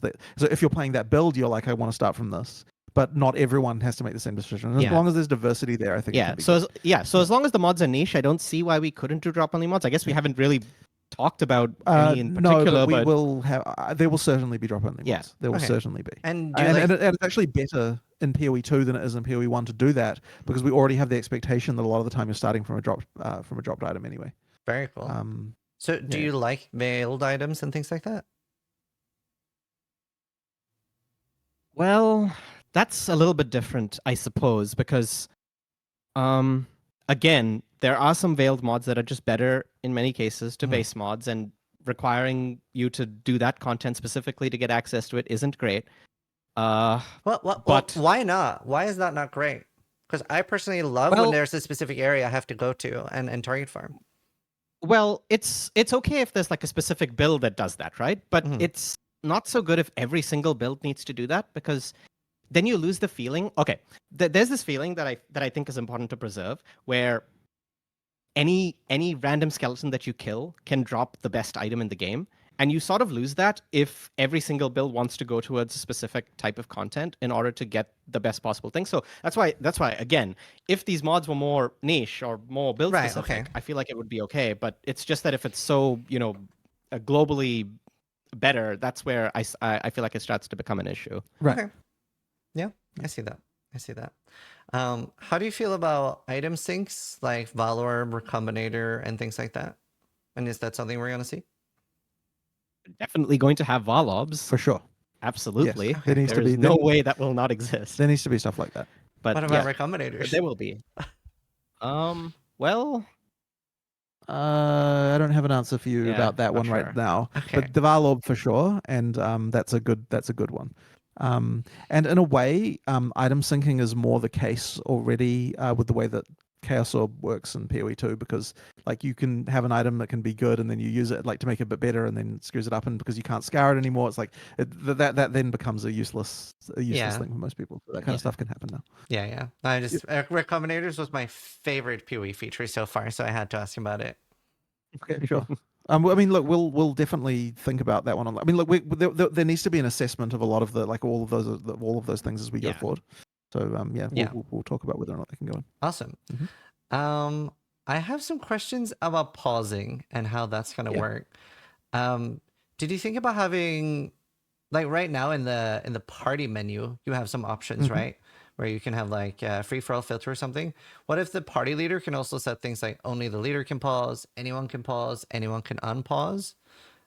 Right. I think that is a pretty good idea. Like I don't see any reason why we wouldn't want to have that. It's not something we've implemented yet, but it's the kind of thing we could do. And I think it's probably a pretty cool idea. And is there Yeah. going to be a limit on how pausing works? Because right now, let's say that I can pause with no cooldown and it's just start, stop, and I'm doing Searing Exarch.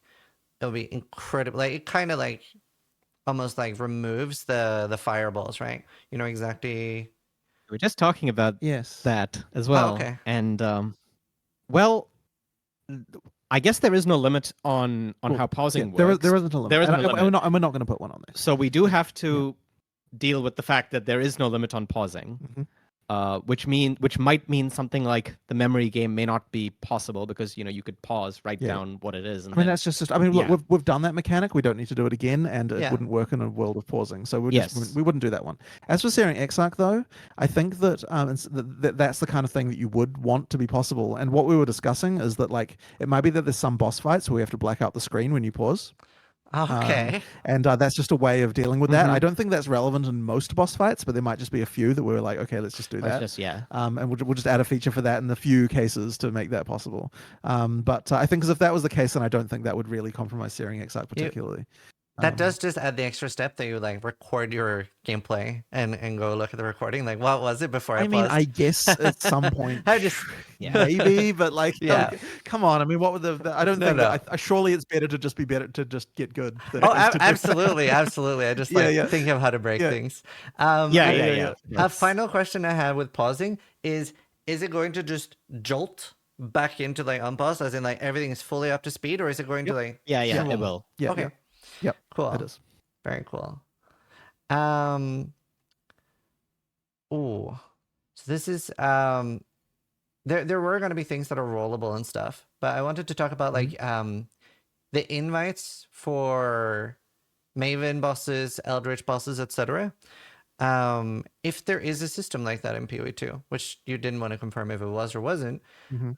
I would absolutely love is instead of these being droppable things that we had to grind for, which can the feeling I sit with as a player, let's say that I'm doing the twisted, right? And I kill the Elder Guardians. Mhm. If I don't get the invite and then I'm killing an additional like 4 or 8 bosses without witnessing them, that feels like such a waste to me. So I would instead love if that was something similar to the Einar invites, right? With the harvest prison. So you get that as a you click on Kirak, you finish the twisted, and you get to roll the invite. I guess what I would say is that like this is Yeah, the so end game is just complete. it's Is so that far away different? from what Okay, we're I talking about. guess. That Yeah, it's yeah. like, Okay. you should talk to Mark about this stuff because he's going to be much more it's going to be much more relevant. Like if these are the kind of changes that you imagine that you'd like to see in PoE1, then this is the kind of thing you should talk to Mark about because yeah, as I said, this is just like quite far away from what we're Yeah. thinking Okay. about for PoE2. Cool. Yeah. So PoE2 is so much prettier and Mhm. more just everything looks improved. How do you balance making it look so much nicer while still optimizing it so that most systems can run it? Well, the system requirements for PoE2 are definitely higher than they are for PoE1's Yeah. like the start of the game. But a few things. So one of them is we still want a 960 to be the min requirement. Okay. So an NVIDIA 960. And so like that's still like a reasonably old card as far as like the ability to do stuff. So I think that it will be accessible to everyone. I'm not going to say that it's going to be the prettiest on that card, but like it is, like it will be perfectly playable. Like, and 60 FPS, like playable to me means 60 FPS. Like anything less than that is just nothing, right? So like, yeah, 60 FPS. But the modern content that's being put into leagues in PoE1, so for example, the Wildwood and so on, like all of that stuff is done using the same tech and assets stuffs that we're doing in PoE2. So Okay. I would say that if that's running okay for you, then you should be fine. There's still always more optimization we can do. Like the engine still could use more optimization and so on. Like there's always more. But basically, if you are anything from like a 9 series NVIDIA card or equivalent 80 AMD card. Then you should be fine. So yeah, that will be okay. Okay. But yeah, I mean, a lot of the reason why a lot of that stuff looks better is not just like particle spam. It's like Yeah. actual improvements, to, like the design of everything, modern ability for us to create new content and so on. So yeah, it isn't necessarily that much more expensive Awesome. than the stuff that goes in PoE1. Very cool. Very cool to hear. I have a question about multiple skills in PoE2. So it sounds like we're going to be incentivized to use more multiple skills instead of just having one spam right click. How are you going to incentivize that without cooldowns? So basically, in order for you to want to use one skill over another, you have to the advantage that you get for using it in the correct situation has to be high, very high, like high enough to overcome whatever desire you would have to just use the same thing again and again. So if we can make the advantage of that high enough, then that means that we don't need to artificially restrict when you would use something because you only use it at the point when it makes the most sense to do so. So what that means is that there's a lot of balance implications for that, and there's like that, I think this is around the area where it was quite a struggle to get even our game designers to understand the sort of situation. Like if you've got an AoE skill and you're expecting that AoE skill to hit 20 targets, yeah, in PoE1, the difference in damage between a skill that's single target and a skill that hits 20 targets is like not really that much. Yeah. But in PoE2, the difference has to be very, very high. Like it has to be like, 10x less damage, this kind of thing, in order to be able to actually make it so that like if you got an AoE skill that does 10x less damage, and then that means that once you get, then it's advantageous to use it as soon as you get above 10 targets, right? And then the point where you're expecting to actually hit, like the point where you're doing double damage of a single target skill is the point where you get hitting 20 targets. Do you see what I mean? So effectively, we just have to make sure that the difference between has to be like way more extreme than it was in PoE1. That's a great answer. Right, and then this also is true for any kind of other situation where you've got like other skills where we want to like that are dependent on like, so for example, like you've got the armor break combo where there's a few different armor break ones, but just to pick a random one, the sniper skill so the what do you call it, power shot with armor piercing. Mhm. Hitting an armor broken enemy on the mercenary. The difference in damage, I don't actually remember what the number is, but it's like it's a number like 400% extra Yeah, damage it's on that quite hit. a It's like lot. it's like a huge amount, right? To effectively mean that, like, in order to incentivize you not to just spam the power shot without the armor break, to actually make you want to do the combo, you have to actually do a lot of different stuff. And what that means is that the balance, like as well, like comboing then becomes a thing you have to do to actually do decent DPS, because like and then the Yeah. situation mattering a lot, like matters a lot as well. So effectively there's just a lot of stuff around making sure that there's a lot more extremeness in like how different the damage is between situation A and situation B in PoE2 than there was in PoE1, because of the fact that we're expecting that you're doing different stuff. So Cool. yeah, effectively that's how we do it. This also Awesome. comes into on the monster too, right? Right, Where for sure. like the stats on the monster Yes, itself can be yes, that's can the be other thing as rather well. And extreme. this actually gets a little bit back to what we were talking about resistance Yeah. before. So Yeah. the difference between monster A and monster B, like if you've got a monster with armor, then that is serious armor that the monster has versus another one, right? Like you're going to care about like this skill has got the ability to deal with armor and the skill does not a lot more because of the fact that the armor is more extreme. And so yeah, the differences between monsters are also very high. This is, I guess, might be a better framing around when we were talking about resistances and immunities earlier as well. Once again, we don't Yeah. want immunities, but in order to make it so that you feel incentivized to use different skills, we really do have to make the differences more extreme to be able to achieve that. Yeah. No, that makes a lot of sense. Mhm. Can we have a third-party two-factor authentication in PoE2? So like something like We should Alfie. we absolutely should have done this by now. We just have never gotten around to it. Awesome. I will. We do need to do that. It's just, like once we get a chance, we will do that. But yes, there's no reason why we don't have that. It's just Excellent. literally. Well, I will tell you the reason why is because it's not so much that adding third-party authentication is hard. It's adding all of the crap around when people fail, like forget or lose or whatever it is, like all Yeah. of the like support policy and like a million freaking annoying things around that. That's the hard part Yeah. of that stuff. So yeah, that's where it's annoying. Awesome. Yep. Next up, I have grouped together a lot of item questions as well. Mhm. So there would be a lot of item questions now. Sure. Because I was just sitting there like thinking item. I didn't have time to like Yeah. mix it up Yeah, or yeah. sort Yeah. them. So some uniques in PoE1 currently feel like they have no use. Like they're maybe only like reasonably day one if you find them while you're leveling. Is this something you think is a problem? And will there be a different approach to uniques in PoE2? Well, we're definitely going to have uniques that are whose main purpose is to assist with leveling, right? Like Yep. we do think that's a good thing and we would like to keep that.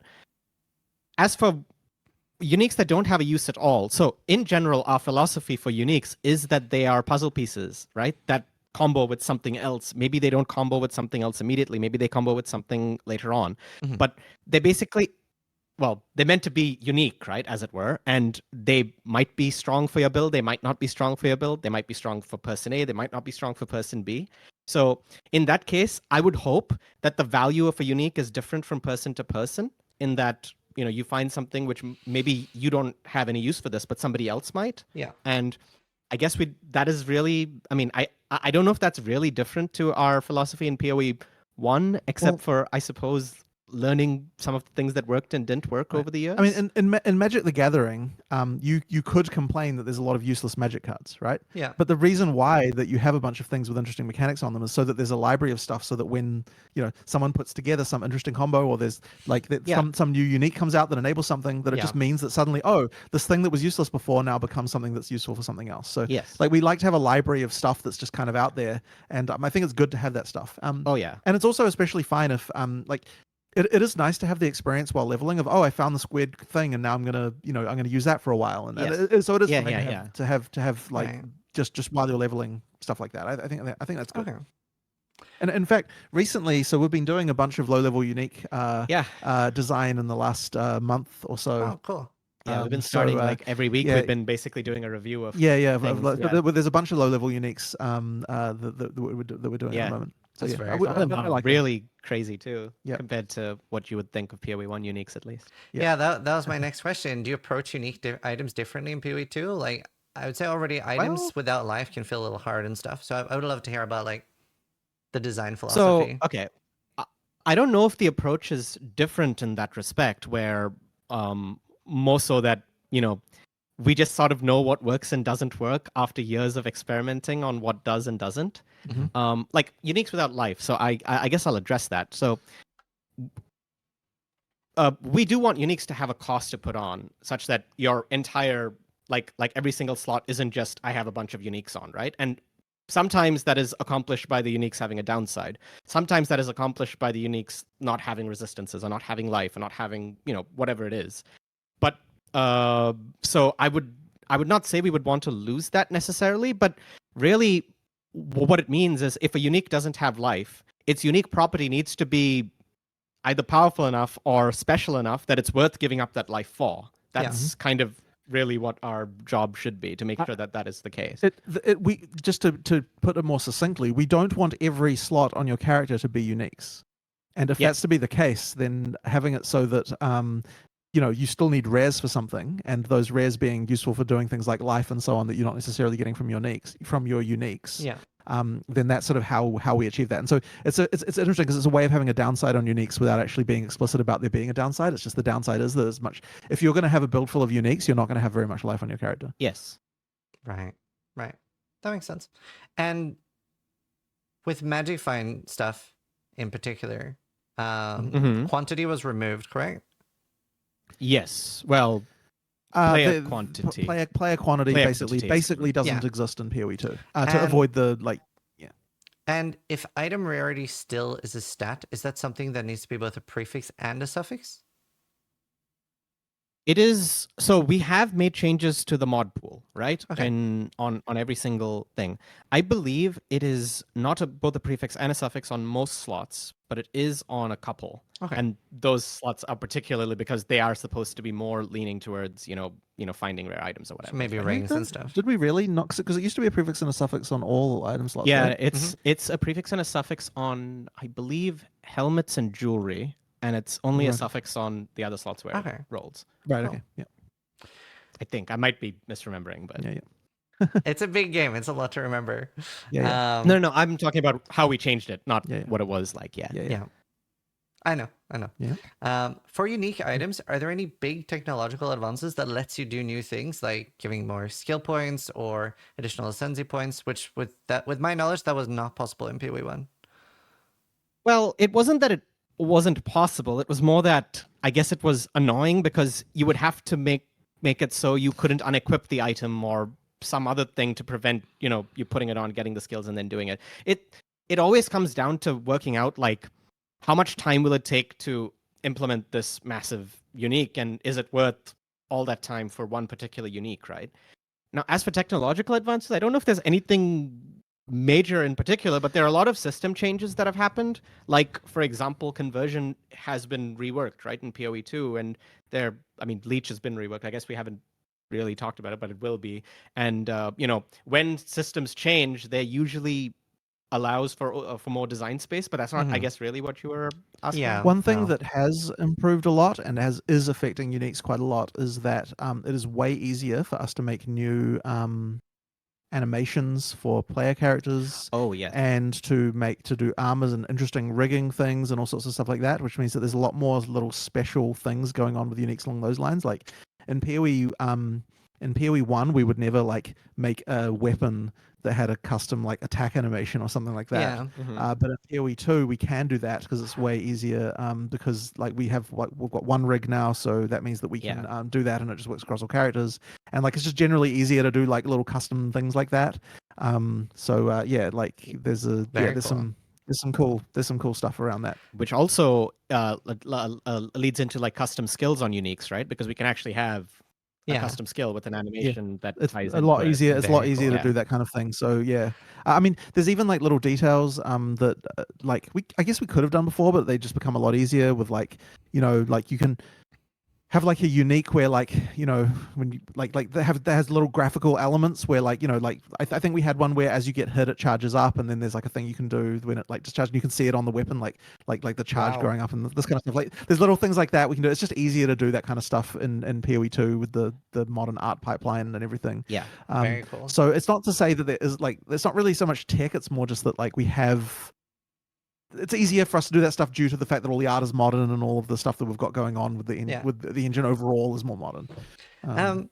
Would you be able to like expand a little bit on like leech reworks, regen, and defensive things like that? Leech. Now, which of the 14,000 systems for Leech did we actually settle on in the end? Well, I okay. don't remember. I will tell you Yeah. that Leech is a lot simpler than what Yes. you Okay, know in that's We can, good. PoE we can 1. just explain how it works if you can actually remember. Okay, well, Oh my it's God. it's actually really simple. Yeah. It is actually really simple. Yeah. An item just has X% of physical attack damage, leech's life, whatever it is, and that is the leech you get. The only difference is that monsters have leech resistance on That's them. right. Yes, that's where we ended up. That is it. Monsters have leech resistance now.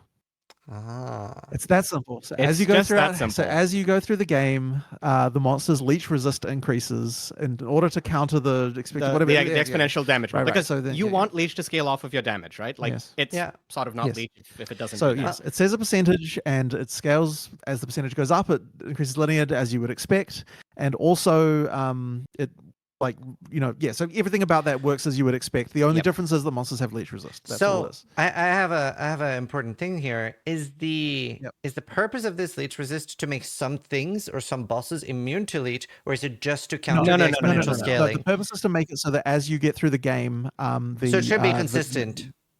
To be clear, leech resistance is per level. It's not like on an individual. I mean, I guess we could do individual monsters having we more could, resistance, but that isn't but the purpose. that isn't Right. really the system here. Yeah. The system here is just as you level up, like the monster level determines how much leech resistance it has.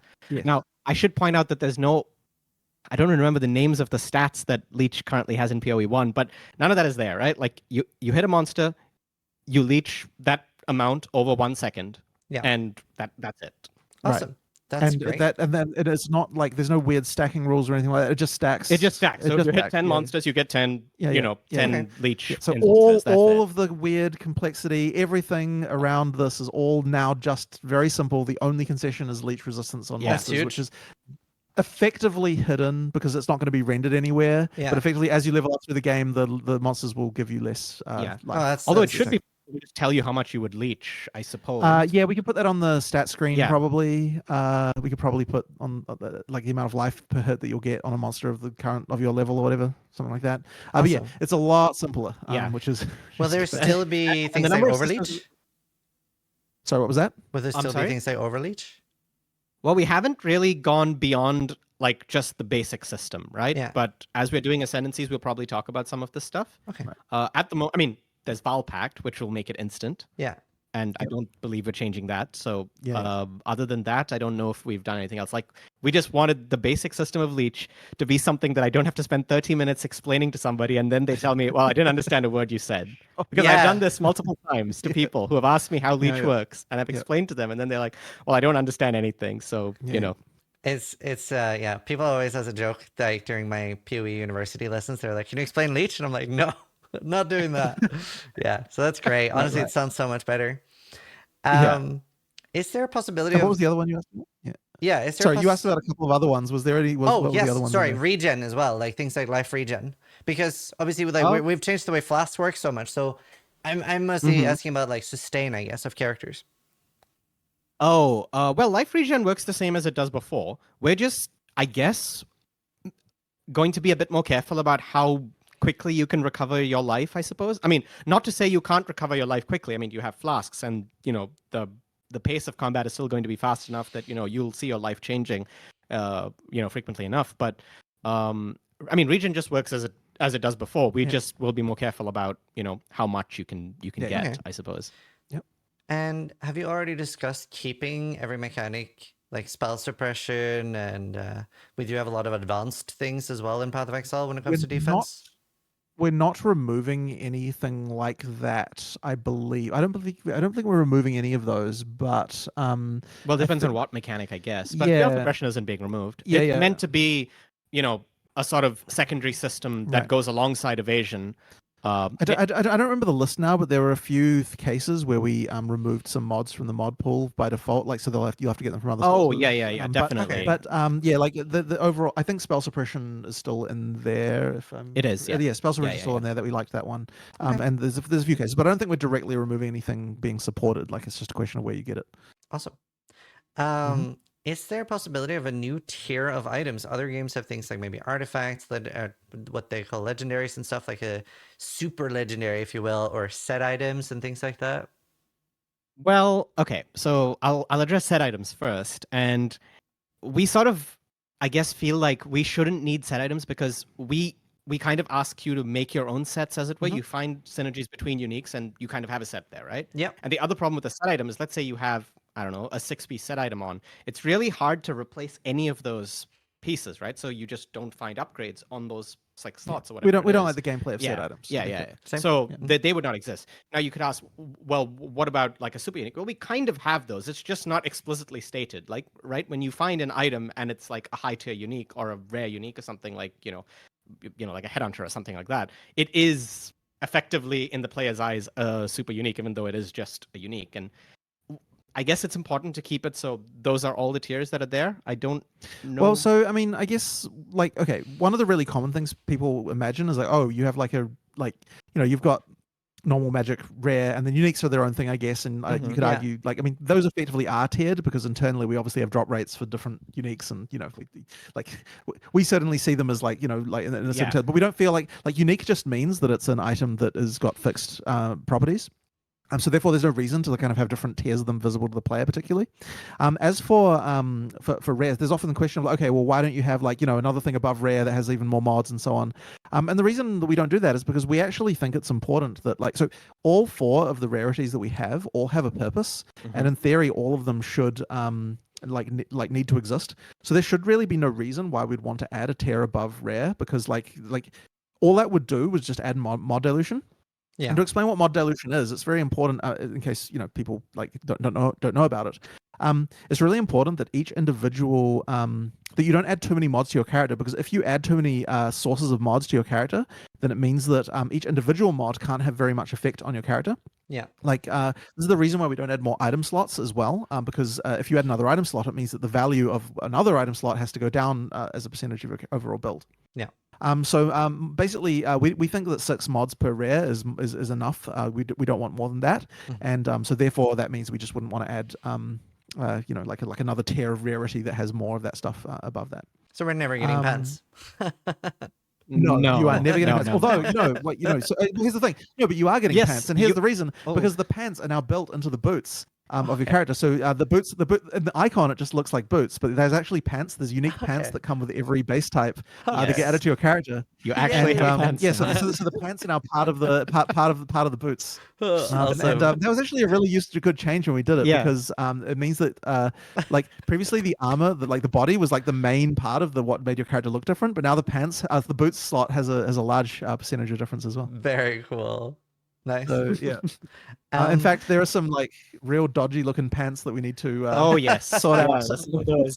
Yeah, some of those pants, I look at them and like, especially some of the int pants that go on male characters look a little bit iffy, and Nice. we need to do some work on those. Very Yeah. cool. Very cool. Are items going to be allowed, are chase items in PoE2 allowed to be as powerful as Headhunter and Mageblood? We will definitely have chase items in PoE2. For sure. Absolutely, and they will be ones that are strong. Now, sure. as strong, it's kind of hard to really say, but they will be items that are exceptionally strong and exceptionally rare, right? Like that's going to be the case. You need to have stuff that You need to have you that need stuff. to have that stuff so that you've got something to aspire to, right? Like it's really important. Yeah, absolutely. Yeah. Just as a random anecdote along those lines. No, I love this. We used to have a rule internally, which was don't balance by rarity. So the theory was that it's a bad idea to have something which is ultra powerful, but is the only reason why it's okay is because it's rare. Okay. And we worked under that assumption for many years. And then eventually we realized I actually can't really justify that rule anymore, because actually people really love stuff that's balanced by rarity. Like people like it to have it, so there's just an ultra rare thing that's ultra powerful. And so yeah, we stopped having that rule a while back, and so now we do allow ourselves to just have like, this is an item that is too powerful to exist except for the fact that it's That it's ultra very rare, rare, yeah. and therefore it's okay. Very cool. So that kind of stuff we do nowadays. Very cool. And that will continue to be the Yeah, case for totally, sure. yeah. Yeah. Nice. In PoE2, could we expect to see more things itemized, like the Aisling Slam and things that people are currently trying to buy as services from other people? Well, this is really I guess it's really tied to PoE1, because I don't know if that's mechanic in Well, particular. no, is very- it does matter in PoE2. Basically, yes, we understand the fact. Like, in general, we are trying very hard to avoid any situation where where a thing that someone would want to trade is not itemized. Yeah. And to specifically address Aisling Slam, that I believe there's some changes coming with that in the next patch as well. So I think there are a bunch of things getting itemized in the next PoE1 update. Very cool. So yeah. So I mean that's the thing we're very much aware of. I had a thing, like an idea, if you will, that I wanted to get your thoughts on. So obviously, I think this is very popular, and I've done this quite a lot when I play Hardcore Trade Leagues. They'll offer a boss kill service. Have you ever thought about offering a feature like that in the game, where you have, let's say, a bounty board? You can request, hey, I want Cyrus to be killed. Here's my Cyrus set. And then in order to not be scammed, me as the completer of this bounty board has to offer my own set. So if I rip it, I lose my own set, not the buyer's. Right. And then the item goes to the person, etc. Like something like that. Right. So this is effectively trying to avoid the need for third-party ways to trade for this kind of stuff that currently exists. Correct. I guess my concern with that is I worry a little bit about adding that as an in-game element, because the message would be that, like, I mean, I think you'd get a lot of characters who just like didn't complete the game without ever actually really beating everything. Yeah. So I'd be a bit hesitant to add something like that as a feature to the like. I said I'd just be a little bit hesitant about adding something like that. I mean, we're implicitly saying that you need to be killing all those bosses, and having it as a feature is sort of saying you can trade for. I mean, we're not preventing you from doing so, but people will obviously do that. But I guess the thing then is that if there's no secure way to do it, it obviously incentivizes all of the stuff around reputation systems and blah blah blah blah blah. There's like a whole rant about that that's like complicated. Yeah. So I understand why you desire that, because like, okay, ultimately what you're looking for there is like, what are all the things that people use TFT to do? Right, like that's what you're looking for, and let's try and have a solution to every single one of those. And that we think along the same lines as well, right? Like when we're looking at the stuff, we're kind of like, you know, let's try to prevent any reason that you would need to have a service like that. That we certainly we're thinking about it that way as well. But then a service like this, I kind of start to feel a little bit uneasy about, because it would be very easy then to be like, you know, I'm effectively telling people we want you to be just playing the game without really playing it, which is a slight concern. But I mean, at the same time, we do have to be realistic that people are going to trade for that stuff anyway, so we do have to think about it. But yeah, I get it and understand. Cool. And obviously, there's a whole big conversation around trade and stuff that you know is a whole thing to talk about. Which I mean, I guess we could talk about that if you like. Yeah, I mean, are you fundamentally approaching trade from any different way? I believe I feel like I remember you said you weren't, but I would love to hear you talk about it. Yeah, so previously we had said that we're not really wanting to change how trade is, but I think okay, so then the situation now is different, because you know, like, people are seeing things like Last Epoch and so on, and what they're doing with trade, and the people are like really liking what they're doing. And so then I don't know that we live in a world anymore where the current system that we have is good enough. And so that means that we have to change. And I don't want to necessarily go into every detail about that, but I guess what I will say is that, like, the previous feeling that we had was okay. Well, so let's talk about the axioms of like of like what we assume, right? So, we are a game that does not have bind on anything, right? We are not a game that has binding in it, right? That's a very important thing for us. Okay. So any system that involved binding, we don't want to do that. Oh.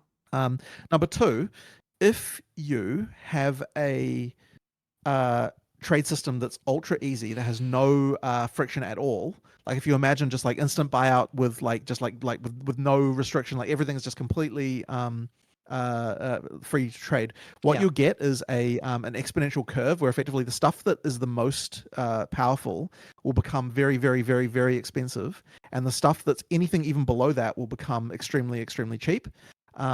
So you get this kind of exponential curve, and effectively, if you imagine a game with no trade, you've got like a flat, effectively like power and difficulty acquire. Sorry, price and difficulty acquire are completely flat. Yep. Not that in a game with no trade that would even make sense, but effectively it turns into a flat line, and then you get more and more exponential as you increase the easiness of trade. So therefore, the assumption is that there has to be some way of, in order for a game to be able to have trade, there needs to be something that restricts its use in some manner. And the previous way we looked at that was that you can either have instant buyouts or you can have instant like good search. And what we've been saying is, okay, well, I don't think players are going to accept anything less than instant buyouts, because I don't think there is a way to solve to solve the kinds of problems that people have with trade and PoE without having instant buyouts. So therefore, we now have to take as an axiom there must be instant buyouts, right? We must have that. There must be in some manner a way. How can we have that without having this problem? Now, previously we would have said, okay, well, in that case you can't have good search, but people will not accept a solution that doesn't involve the ability to search for items correctly. Therefore, we must have we must have a proper search function. Okay. So what are we to do now then, right? Like if we must have instant buyouts and search, there has to be some manner of way to limit trade in some other means. Yeah. Now, if we're not going to have binding, that means there has to be some form of resource that limits trade in some manner that you have to play the game to get. And if that's the case, well, what resources do we have? Well, in PoE2, we have gold. And if gold is something, so therefore we discussed basically gold can be a limiting factor. And if we make it so that you can't trade gold, you can only play for gold. And if we add a gold fee as a part of an instant buyout cost, that can mean that we can potentially have a trade system that has instant buyouts and searching while still having a way to and no binding and all that sort of stuff. So it is possible to do that. So we're discussing it, right? We're looking into this. I think that it solves a really important problem. I believe it is possible. We have to, as I said, there's a lot of details to work out. Yeah. There's a lot of issues and concerns.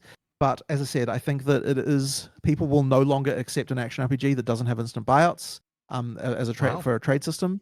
So therefore, we will need to change. And as I said, that's we have to move with the times, right? Like we can't. And as I said before, I don't want to have any excuses if players are not enjoying something. We need to find a way to solve that problem. So we will solve that problem. We will find a way. That's my thinking on it anyway.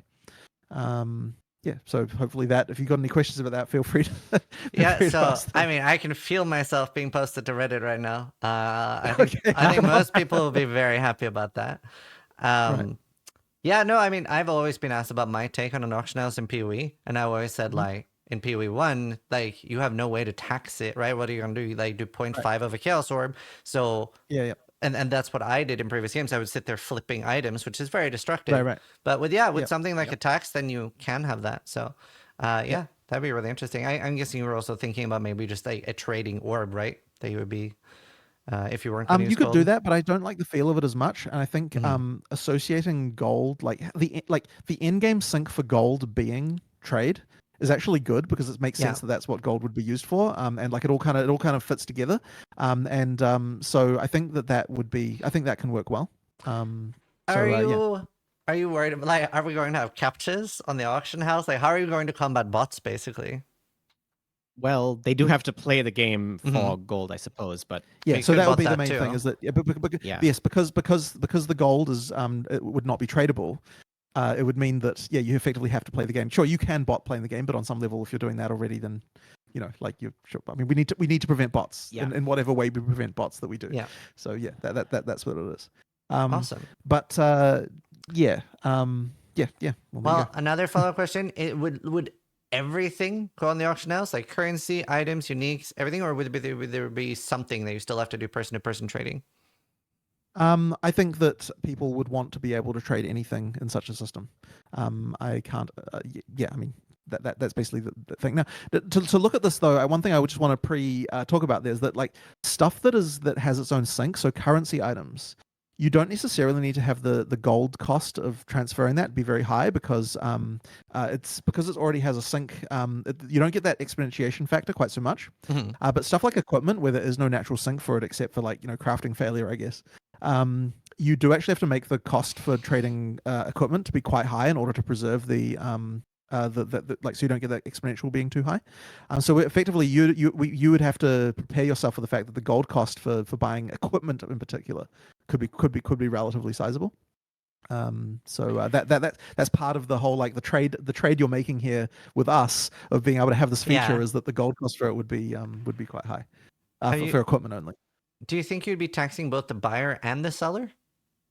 I believe that the buyer is the right place for it because sellers want to be able to just, in order to incentivize people to use the system over the old one, you'd effectively want to make sure that the sellers can still just dump all of their stuff into the into tabs like they normally do, and it's the buyers. Because I mean, ultimately, when you look at the who's the person bearing the burden of this right now, it's not really the seller that's the person doing that. It's the buyer, because the buyer's the one who has to fight through all of the fake listings and all of the like annoying people that reply and all of that garbage. So effectively, they're the ones who would pay for the tax on this, as it were. Yeah.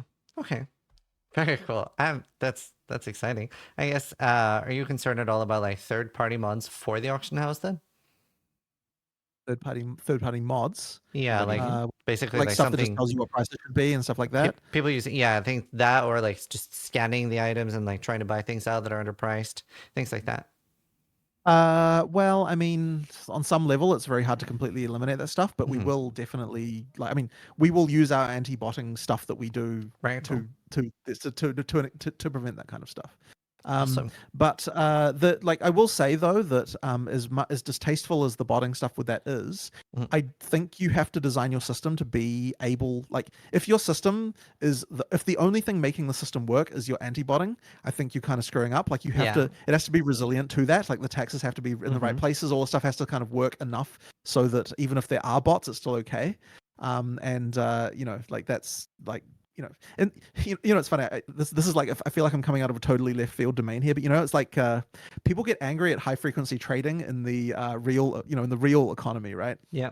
As like a thing, but the actual thing that high frequency trading does is improve liquidity in the market. So I'm getting like real fancy right now, but the thing that HFT does is improve liquidity in the market. So what it does is it gets the buy price and the sell price closer together.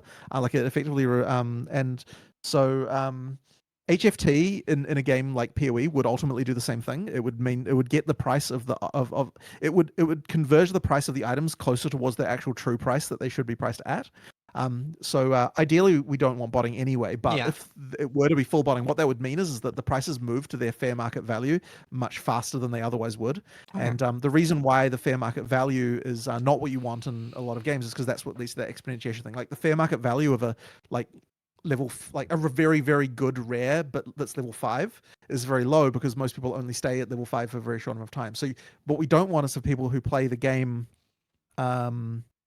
at the start to just be like, oh, for like a freaking wisdom scroll you can get like some amazing rare that level 5, right? That's what you're trying to prevent. And so the gold taxes kind of put a price floor on the on things to prevent the stuff. I'm getting real financy here right now. No, it's great. I'm just as you're talking, trying to think of questions and write them down so I don't forget them, because this is very out of left field. Sure. Yeah. So yeah, my first question is buy orders. Is that something that would be potentially a thing where you can like set up a buy order for someone to fill it? Well, I don't necessarily know that I want to get fully into all of the detail mechanics around this, because, as I said, we're kind of talking a bit off the cuff here about all this stuff. But there's still a bunch of issues. There's a lot of issues to sort out. But I guess there's so much. So I probably can't go too many details. We got a lot. We got a lot. Next question. But if you want to ask more questions, I will tell you where, what. Okay. Like, feel free to ask more questions about this topic if you like, and I'll just say whether or not. The only other thing I thought about was limited slots, yes or no. Like, would you be able to list 100 items or 3? Well, I would say that it would probably be similar to what we already do with regard to well, I don't want to get too far into this, but effectively, stash, like, we don't want to give you we ultimately sell stash tabs as like a thing, and so space, like, to store items is a thing that is part of what we sell. So I wouldn't want to make it so that you, like, generally speaking, more space to have stuff is means you pay real money to get that, right? Like, that's what we have. So what I'm saying is you should probably expect things to work similarly to that way, where, like, if you've got the ability to store more stuff as a player, then that means that you'd be getting more stash tabs or something along those lines. So basically something like that. 2 follow-up questions already. Is this Yep. going to be a paid feature or available for everybody? Well, we don't want to restrict something like this to only like certainly yeah. something like this would have to be available to the general Mhm. to general public. But as I said, as we do with stash tabs, it's like the more Yeah. like if you want more space for it, if you want to be able to store more items in the system, then you would need to be paying more. But we want to make it so that you can use it as a free player for sure. And is this something that is like, is this going to be PoE2 only, or do you think this will go into PoE1 too? Well, the problem with PoE1 is we don't have gold Yeah, to be able exactly. to do that. I also wouldn't want to put something like this into PoE1. I would feel like it would be a dangerous idea to put this into PoE1 without testing it in PoE2 first. So I think that PoE1 does need something along these lines, and I think we need to kind of work out how that could happen. But Mhm. I think it would be very hard to do that before PoE2 goes into beta. Like I think it would just be very difficult because like we need to be able to test this stuff and how the economy would work and so on. So it would be quite dangerous to put it into PoE1 in advance, which isn't to say that could never happen, but it would be it would be tricky to do that. As I said, There's just so many changes that will have to happen Yes. to PoE1 for such a yes, system there would to have to be a exist. lot of changes to be able to make that work. Very cool. Very cool. That's all the things I can think of for trade. That's that's great. People are going to be very excited. Well, I guess we're coming up to 2 hours now, so we probably want to consider Yeah. wrapping it up pretty shortly. Yeah. But if you have any last minute questions you want to get in or anything else you'd like to cover, then we can do that. Let me pick a few here. I wrote way too many questions. I have another like 40, so we definitely won't get through all of them. All right. Let's see. I labeled some as important. Right. Global announcements and things like that is like a big feel of what makes the game feel alive for me. Is that something we continue to see in PoE2? And will we get more options for them? Like, let's say I want to see like anyone over level 90 die. I would have to think about that, but I mean, sure, we'll definitely still have them. I would have to talk. I think everyone over level 90 would surely start to get a bit spammy.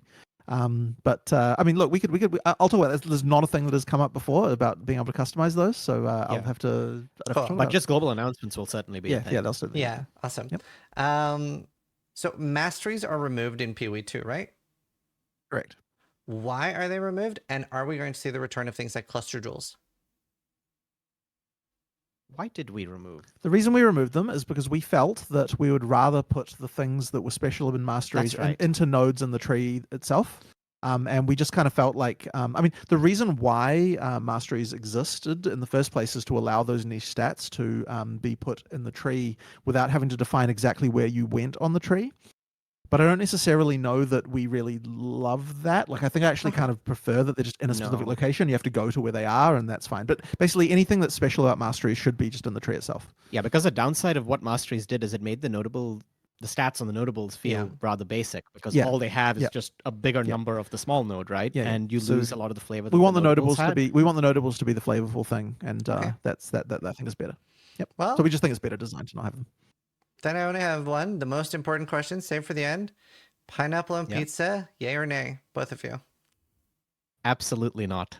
And absolutely yes. I love it. Oh my god. All right. There it is. Thank you so much for joining me. Really appreciate that. That was a boatload of new information. So yeah, thanks so much for taking time to be here. No problem. Yeah, no problem. All right. Yeah. Well, thank you very much. Yeah, and, soon PoE2 hopefully beta.